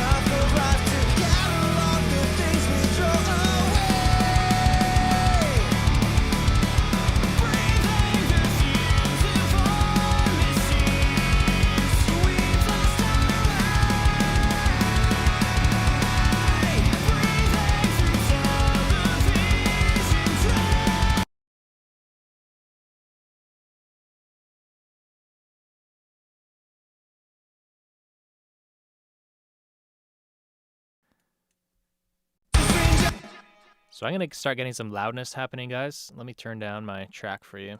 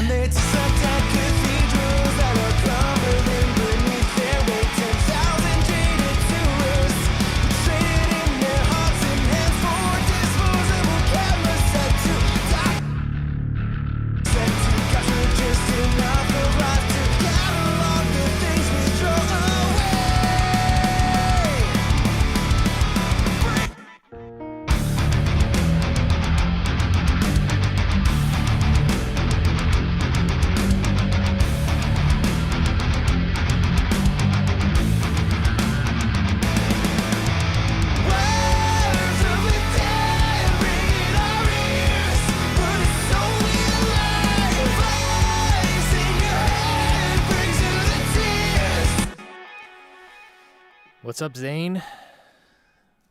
Zane's in the house. Long time, Hardcore Music Studio alumni. Good to see you, Zane. Hope you're well, dude. Guys, I'm pretty happy with how this mix is sounding. I haven't touched the intro yet, which is a totally different vibe.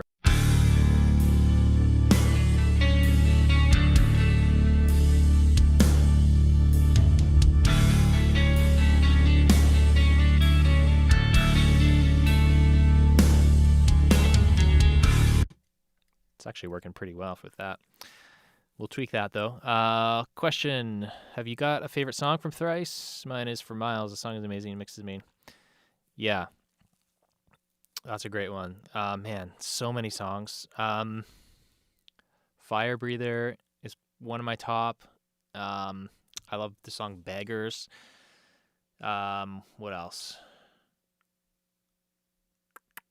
Man, there's so many. This is one of my favorites. So Strange I Remember You. What else do I love? I love the one right after Fire Breather. I think it's called The Messenger. I love a lot of the Beggars album. I used to not like it because the production's so stripped down, but it's now one of my favorites. I think just everything about it, just kind of lyrically and the simplicity of it, I love. Yeah, man. VC, there's so many good songs on that. Kill Me Quickly. Yeah, that's a classic. I mean, I kind of like Illusion of Safety. So the album that this is on, and same with Kill Me Quickly and Deadbolt, like that was kind of like my gateway into like heavy music. Like that album is just so essential for me. So man, there's so many songs. Like honestly, probably every week when I don't know what to listen to, I just throw on Thrice, like all songs shuffled. Actually, they're coming to Toronto next week, I think on Tuesday. So I'm gonna go see them. It's gonna be good.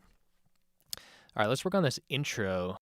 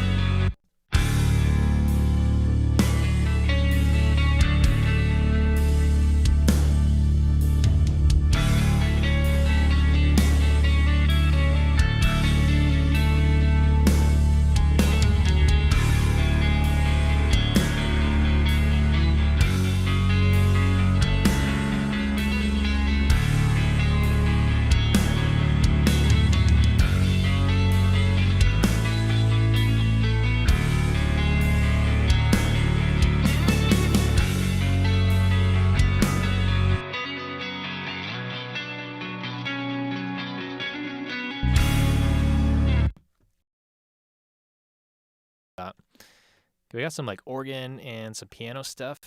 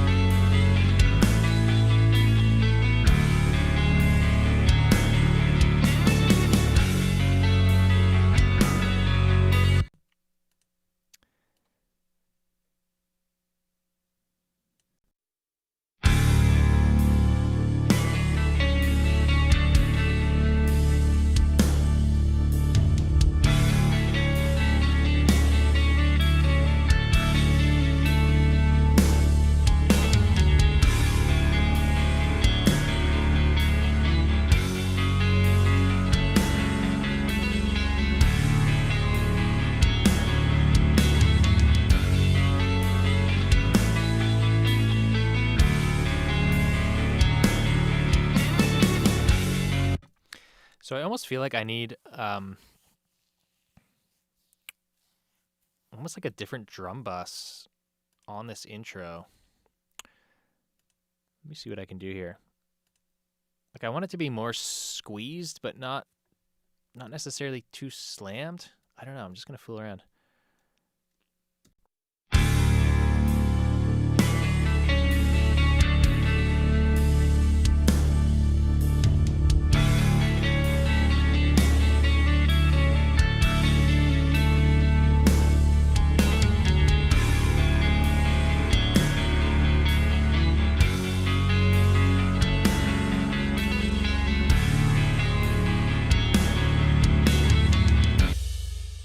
Yeah, kind of like that.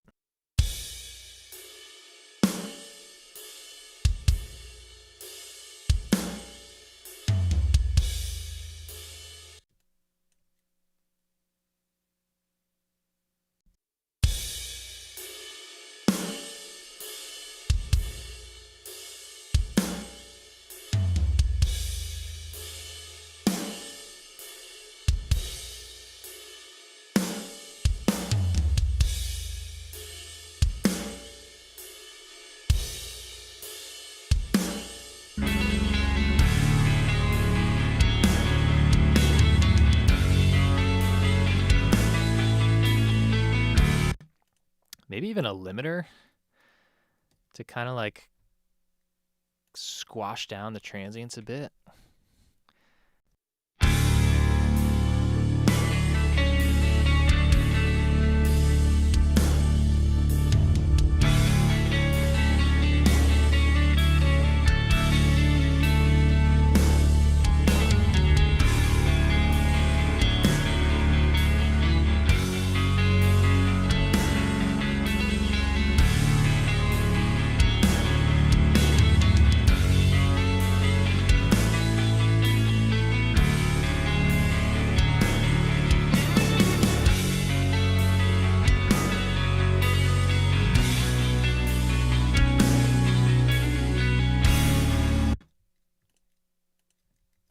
I think it's sounding cool. I'm trying to push these drums like way back in the intro and just have them a little more vibey, a little more roomy.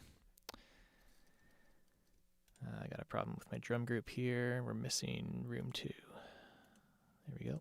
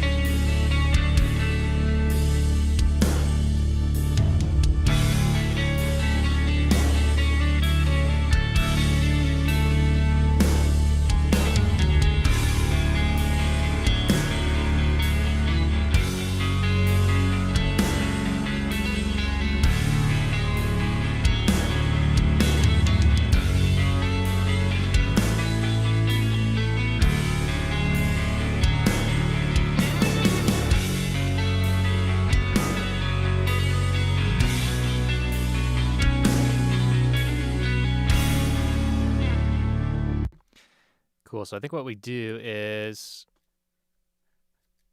we have that one, that drum bus on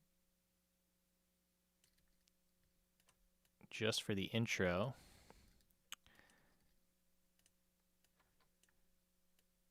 And then the other regular drum bus obviously kicks on after that. Let's see how that sounds in the transition.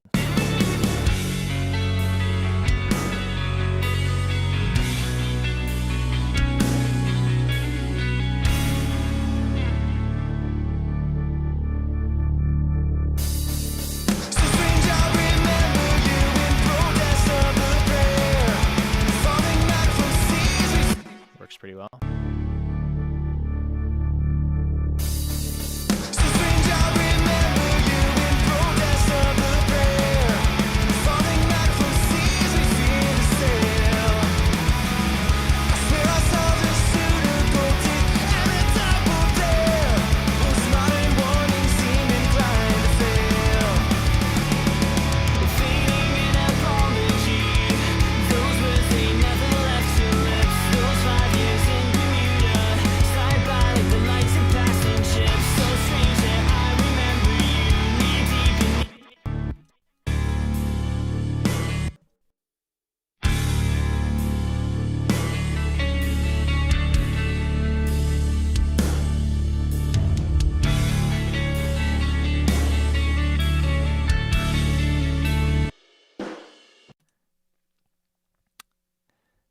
Might need to squish these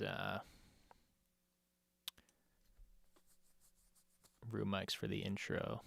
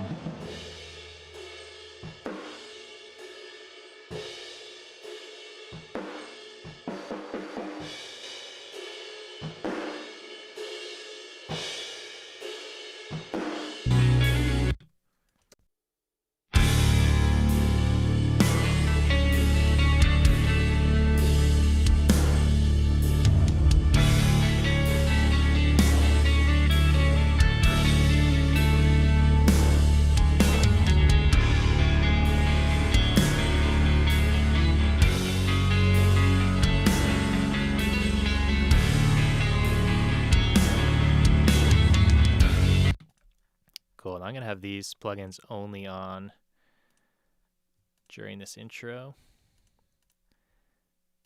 So we'll bypass it and then on here.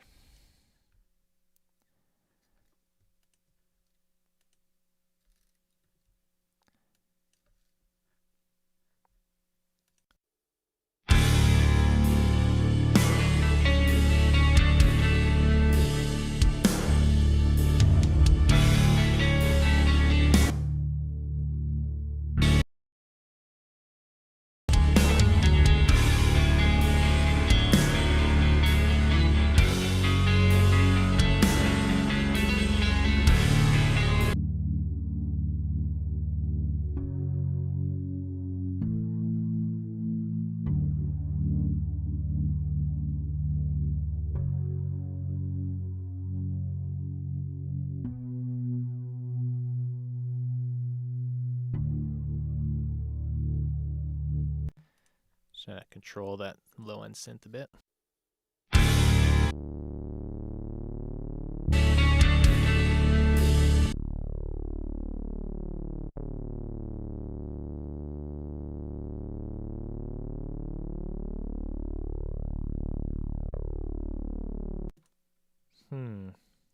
I just kind of want that to be stereo. That synth. All right, where's my guitar doubler?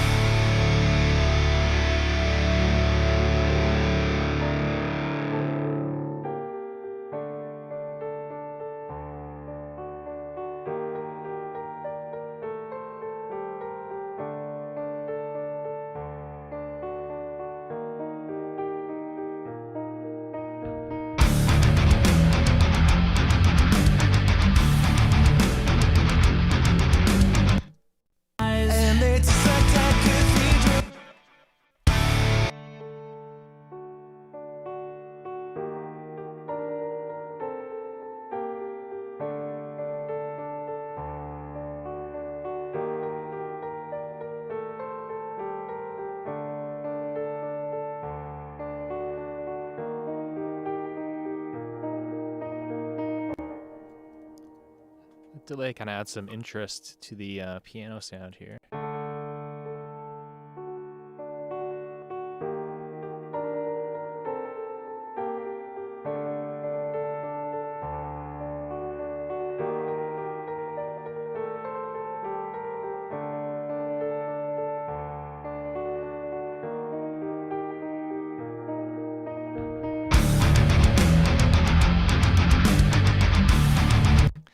Can hear something happening in the bass.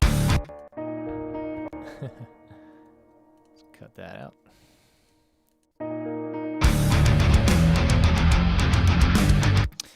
Yeah, I agree. Someone's commenting the fade out is a little abrupt here.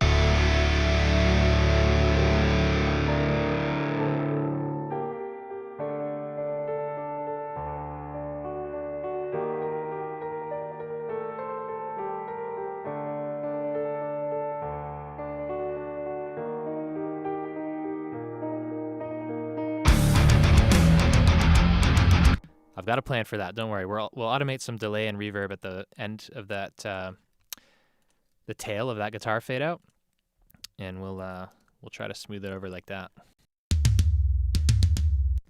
Toms are pretty dry, even with the rooms. Let's throw our gated verb on the toms as well. Let's see how that works.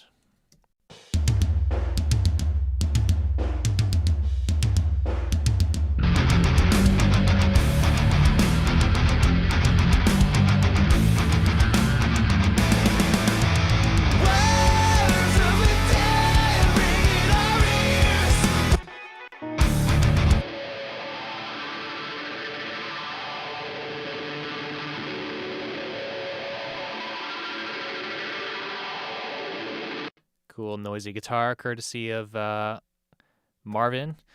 Thanks, Marvin.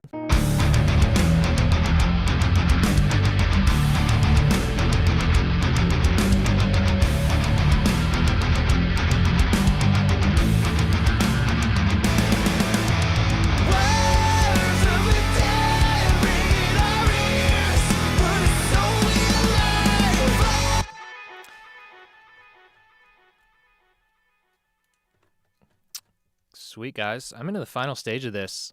I'm going to automate. And we'll see. I'll go for maybe 20, 30 minutes more or so. And I'm sure after this, I'll throw in my Apple AirPods. I'll do a few more tweaks, just balancing against reference mixes, making sure I'm in the right ballpark. We'll do the normal checks, and then I think it'll be done. So this will probably be my last video of this series, but kind of what you're hearing now is probably, let's say it's 85, 90% of what the final mix is going to be, and then I'll just do the final tweaks in the end, and then we'll see. I'm thinking about maybe making a Hardcore Music Studio, I don't know, Spotify account or something, and then publishing this. And we've got a couple other Christmas cover songs we've done through the years that maybe we could publish and put out there on Spotify. So if you're on my email list, definitely will keep you up to date on that. I've got not the newest AirPods, but the ones before that. AirPods 2, I guess. So I usually start automation with the drums and specifically with the cymbals. So let's work on that.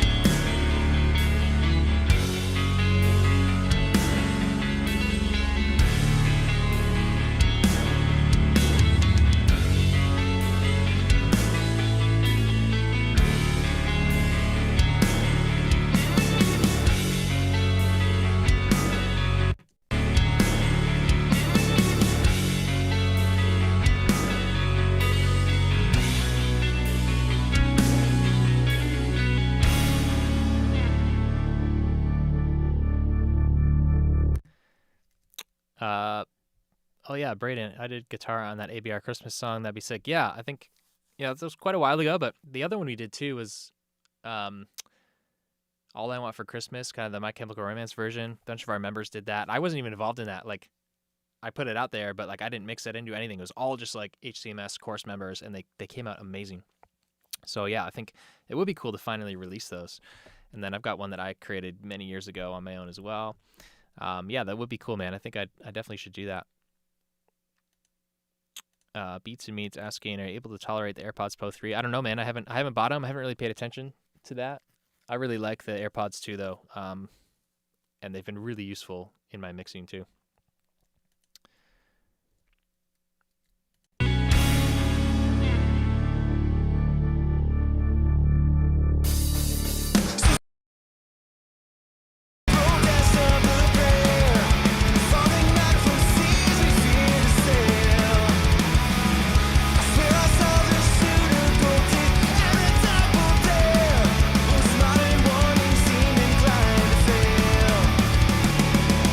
Fading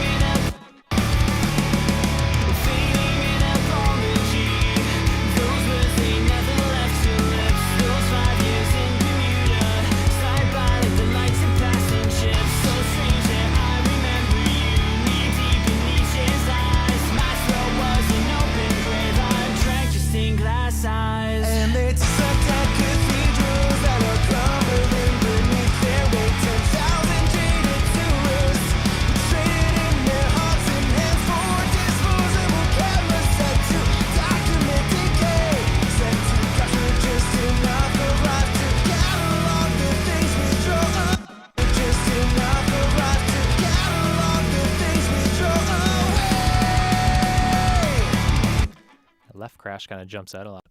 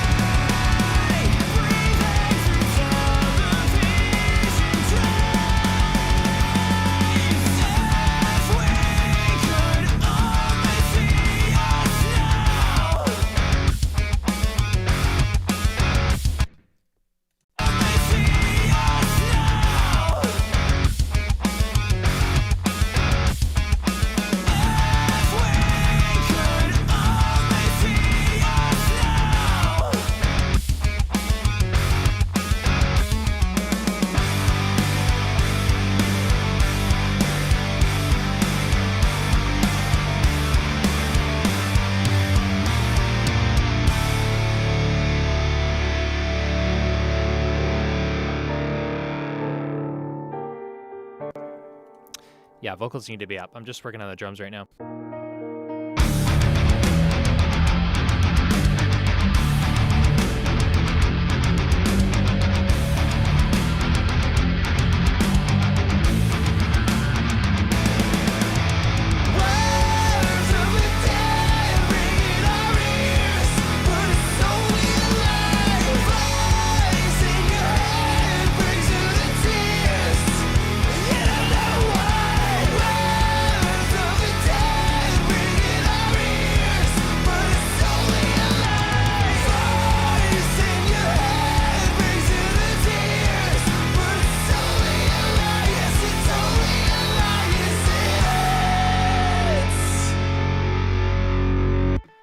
So in case you didn't catch it, guys, I was just going through the overhead tracks or track and making sure that kind of the crashes that needed to stand out stood out, and then when it needed to be pulled back, it pulled back so it didn't kind of eat up everything.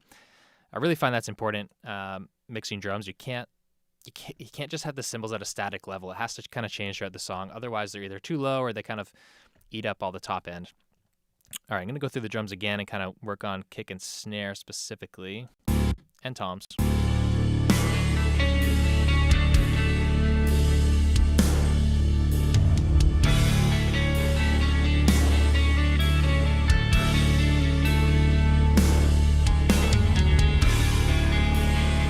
Levels sound fine there.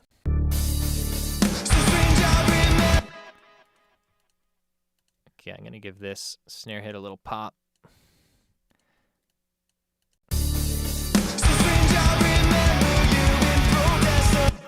And then we're going to tuck it in a bit.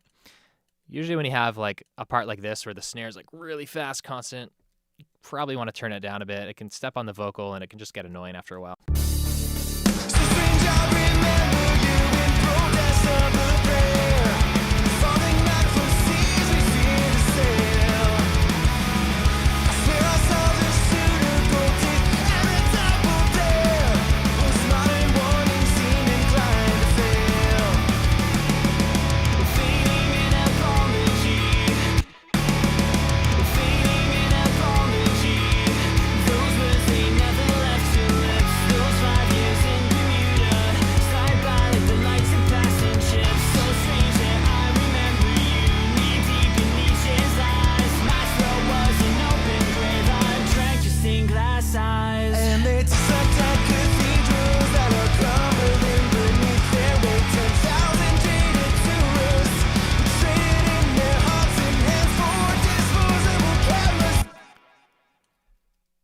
Trigger track's a bit weird there. We'll bring up that little fill.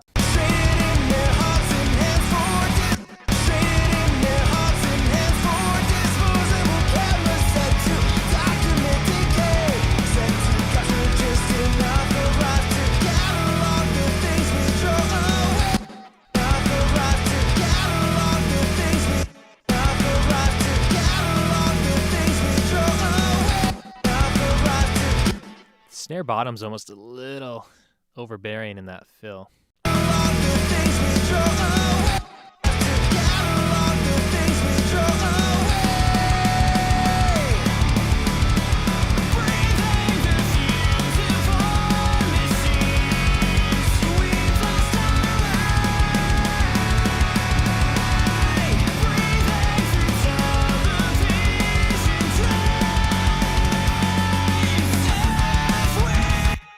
crank up that last snare fill there.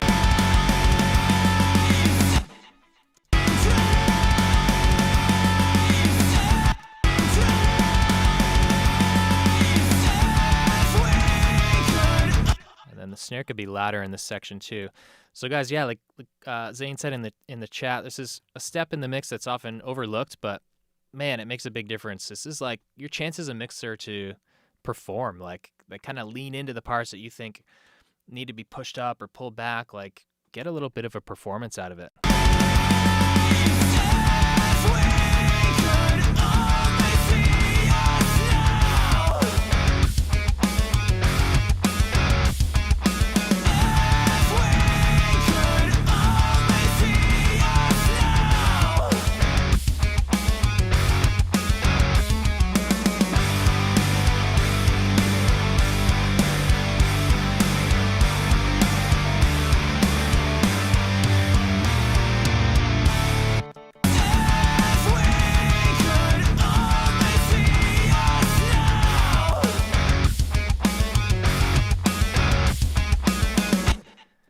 So just pulling down the kick during that little tom fill part, just so the toms have more space to come through. And then I'll do that again up here too. Yeah,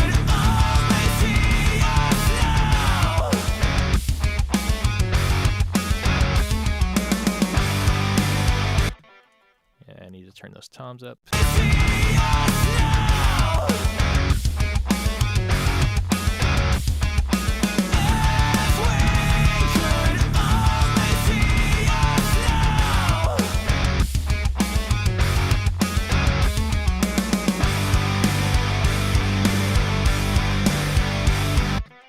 Cymbals might be a bit hot there.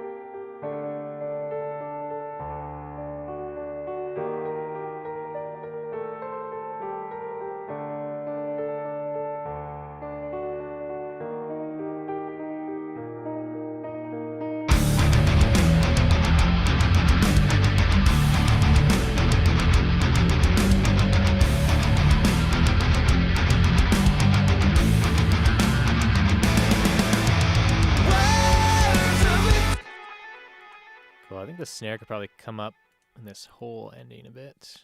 Not that much.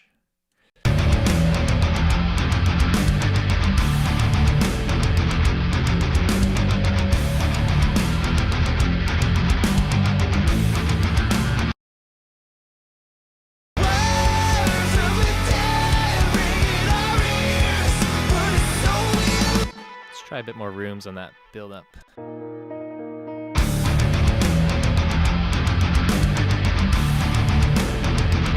Yeah, I could do a lot more.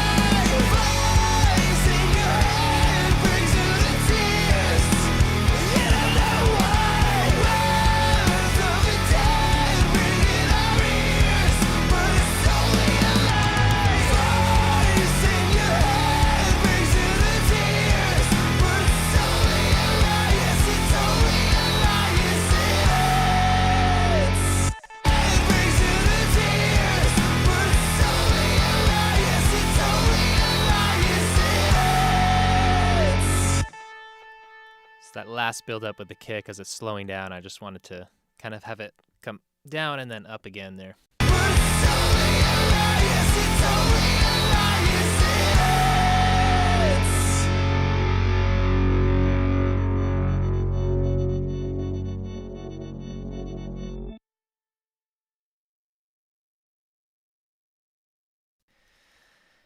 Hey, Tony, yeah, I kind of like your idea there.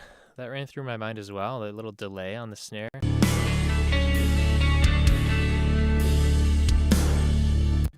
Da, da, da, da. Yeah.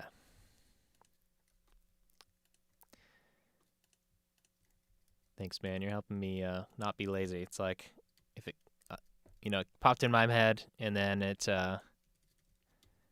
came in your head too. I should probably do it.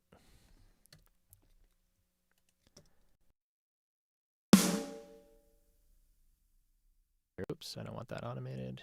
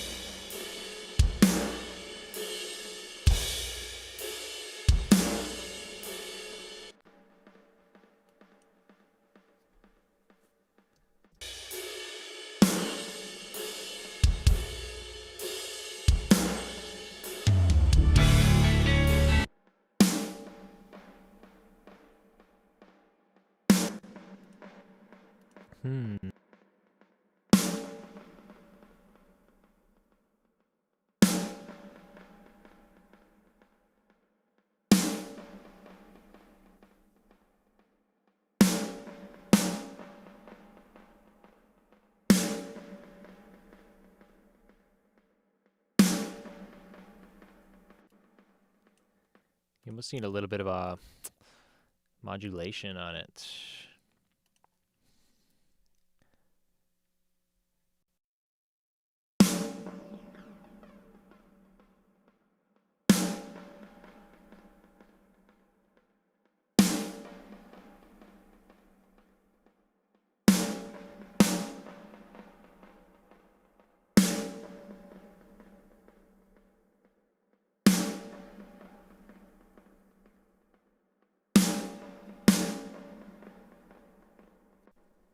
Big triplets.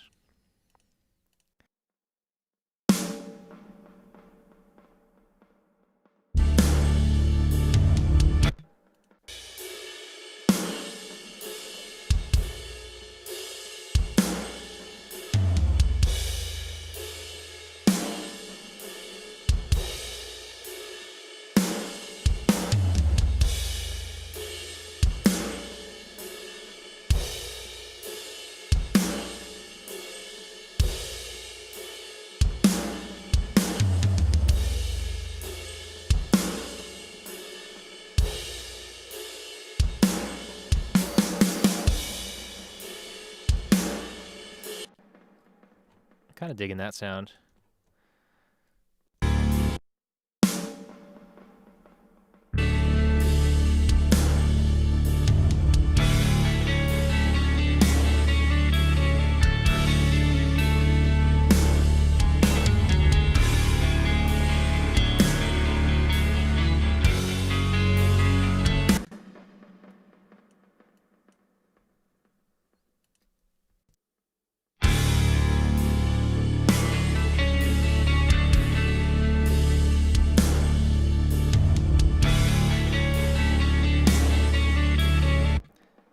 Cool. All right, let's get into some vocal automation, and I'm gonna have to sign off in a few minutes, guys. But I've done bulk of the work here. Right now, it's just kind of going through and making sure the vocals are nice and up front.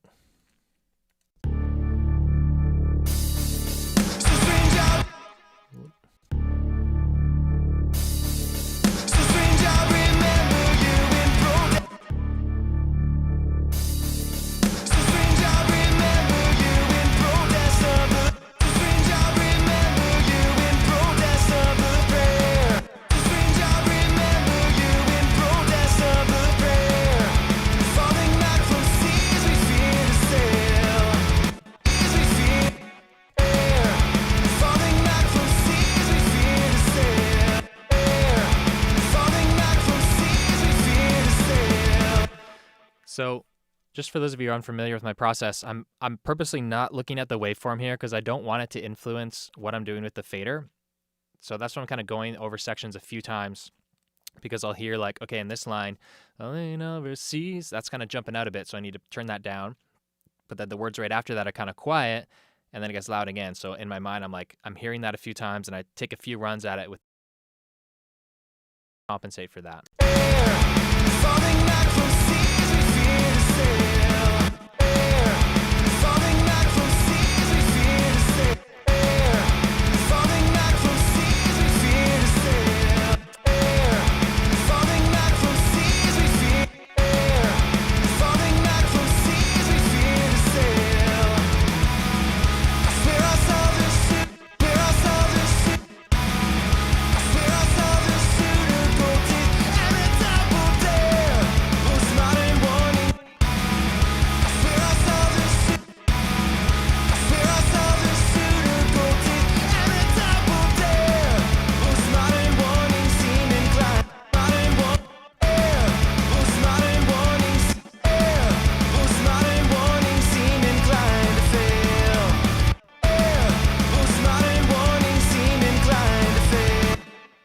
Last bit kind of jumps out.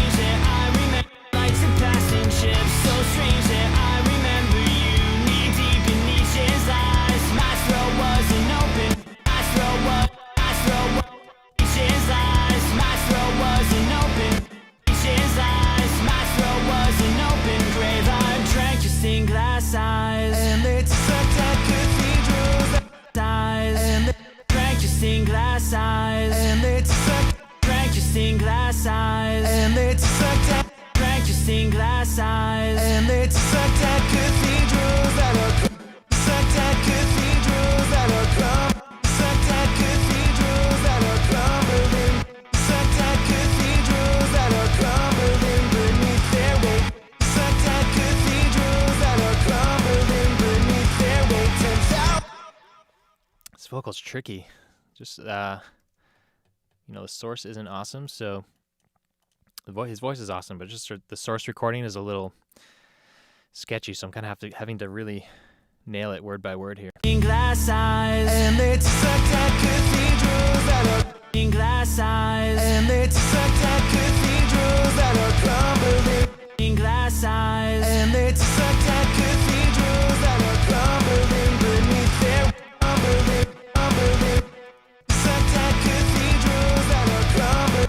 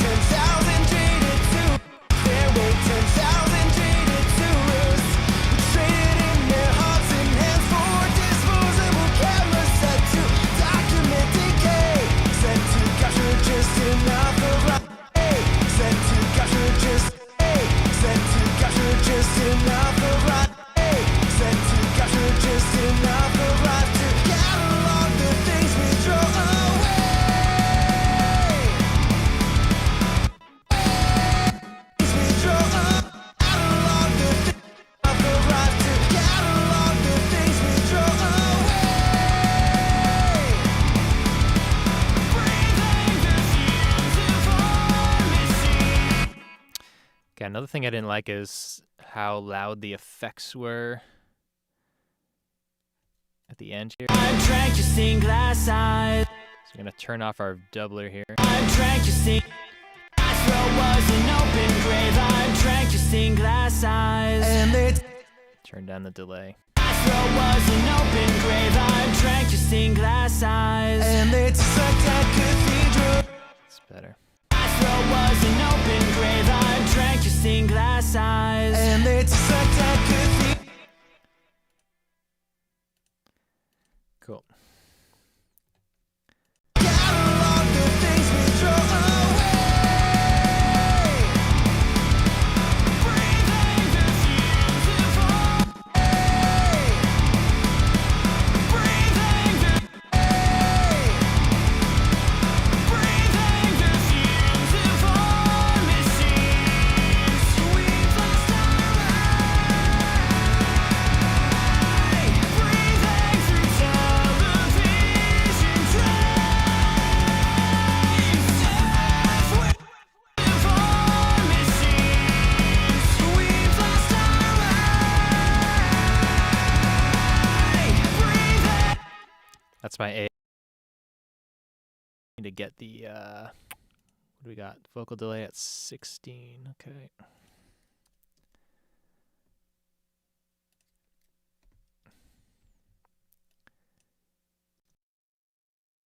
We've lost our way.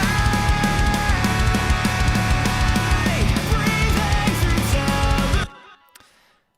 No, in the original we have like a more of a kind of delayed. I'm gonna try that. Breathing the fumes of all machines. Breathing the fumes of all machines. It's almost too fast. Breathing the fumes of all machines. Breathing the fumes of all machines. Throw a different delay on there.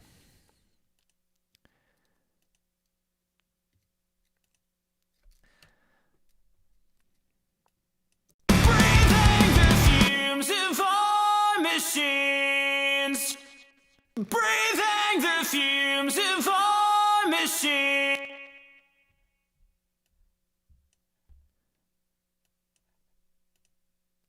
Breathing the fumes of all machines. Am I using this delay already?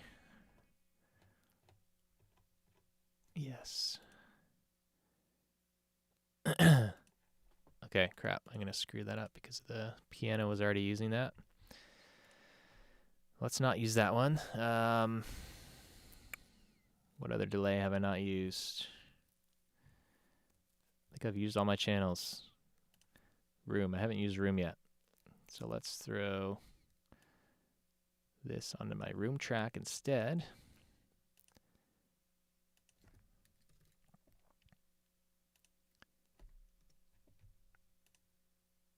Breathing the fumes of all machines.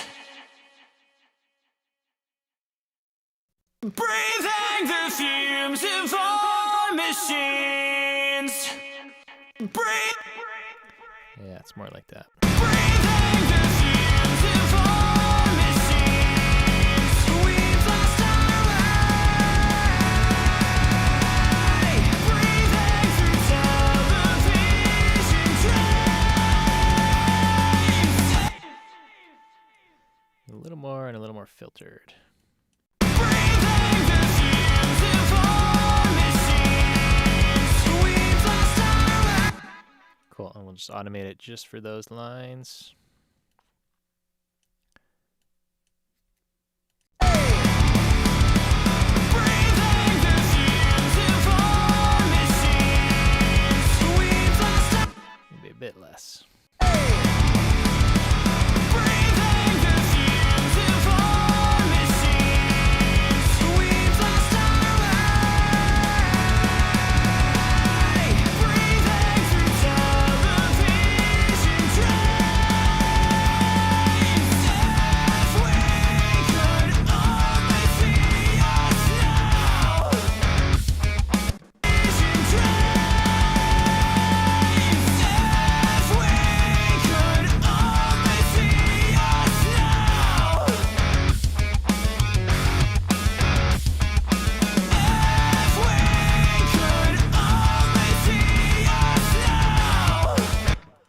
the screams up here.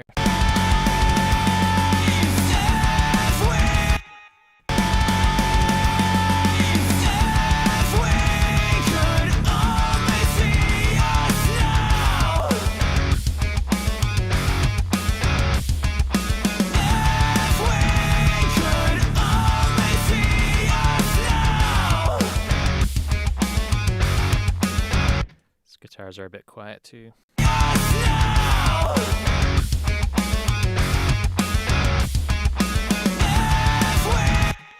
Maybe a bit too loud there.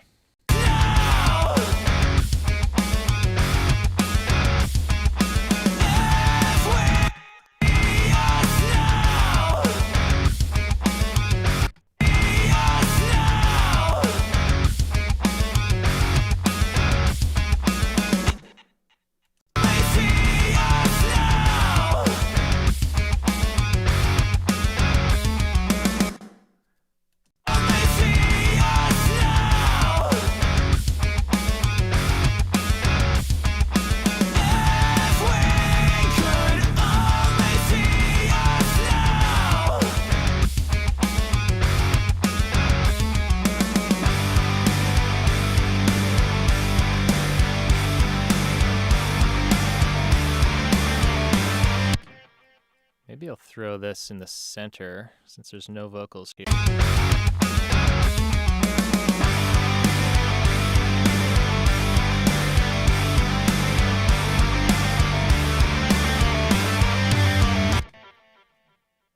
Yeah, maybe that's weird.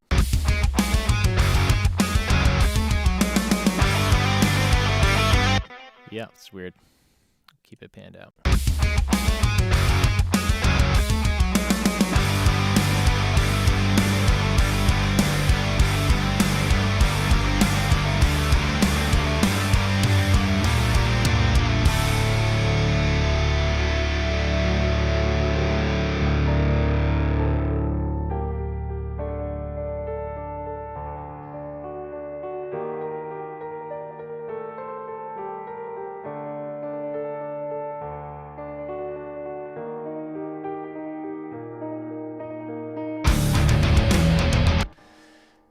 Okay, cool guys. So yeah, I've got to fade out these guitars. So I'm gonna automate a reverb on those, on that tail, just so it kind of blends into the piano a bit longer. The reason I had this fade out a little short is because there's a lot of noise on my guitar coming through. So as the guitar fades out, it's just kind of like, the amp buzz.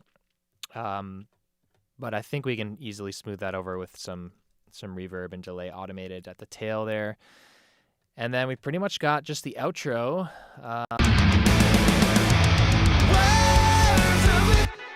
going to make this a little more like, I think what I'm going to try is I love this lead line. I've always loved this lead line.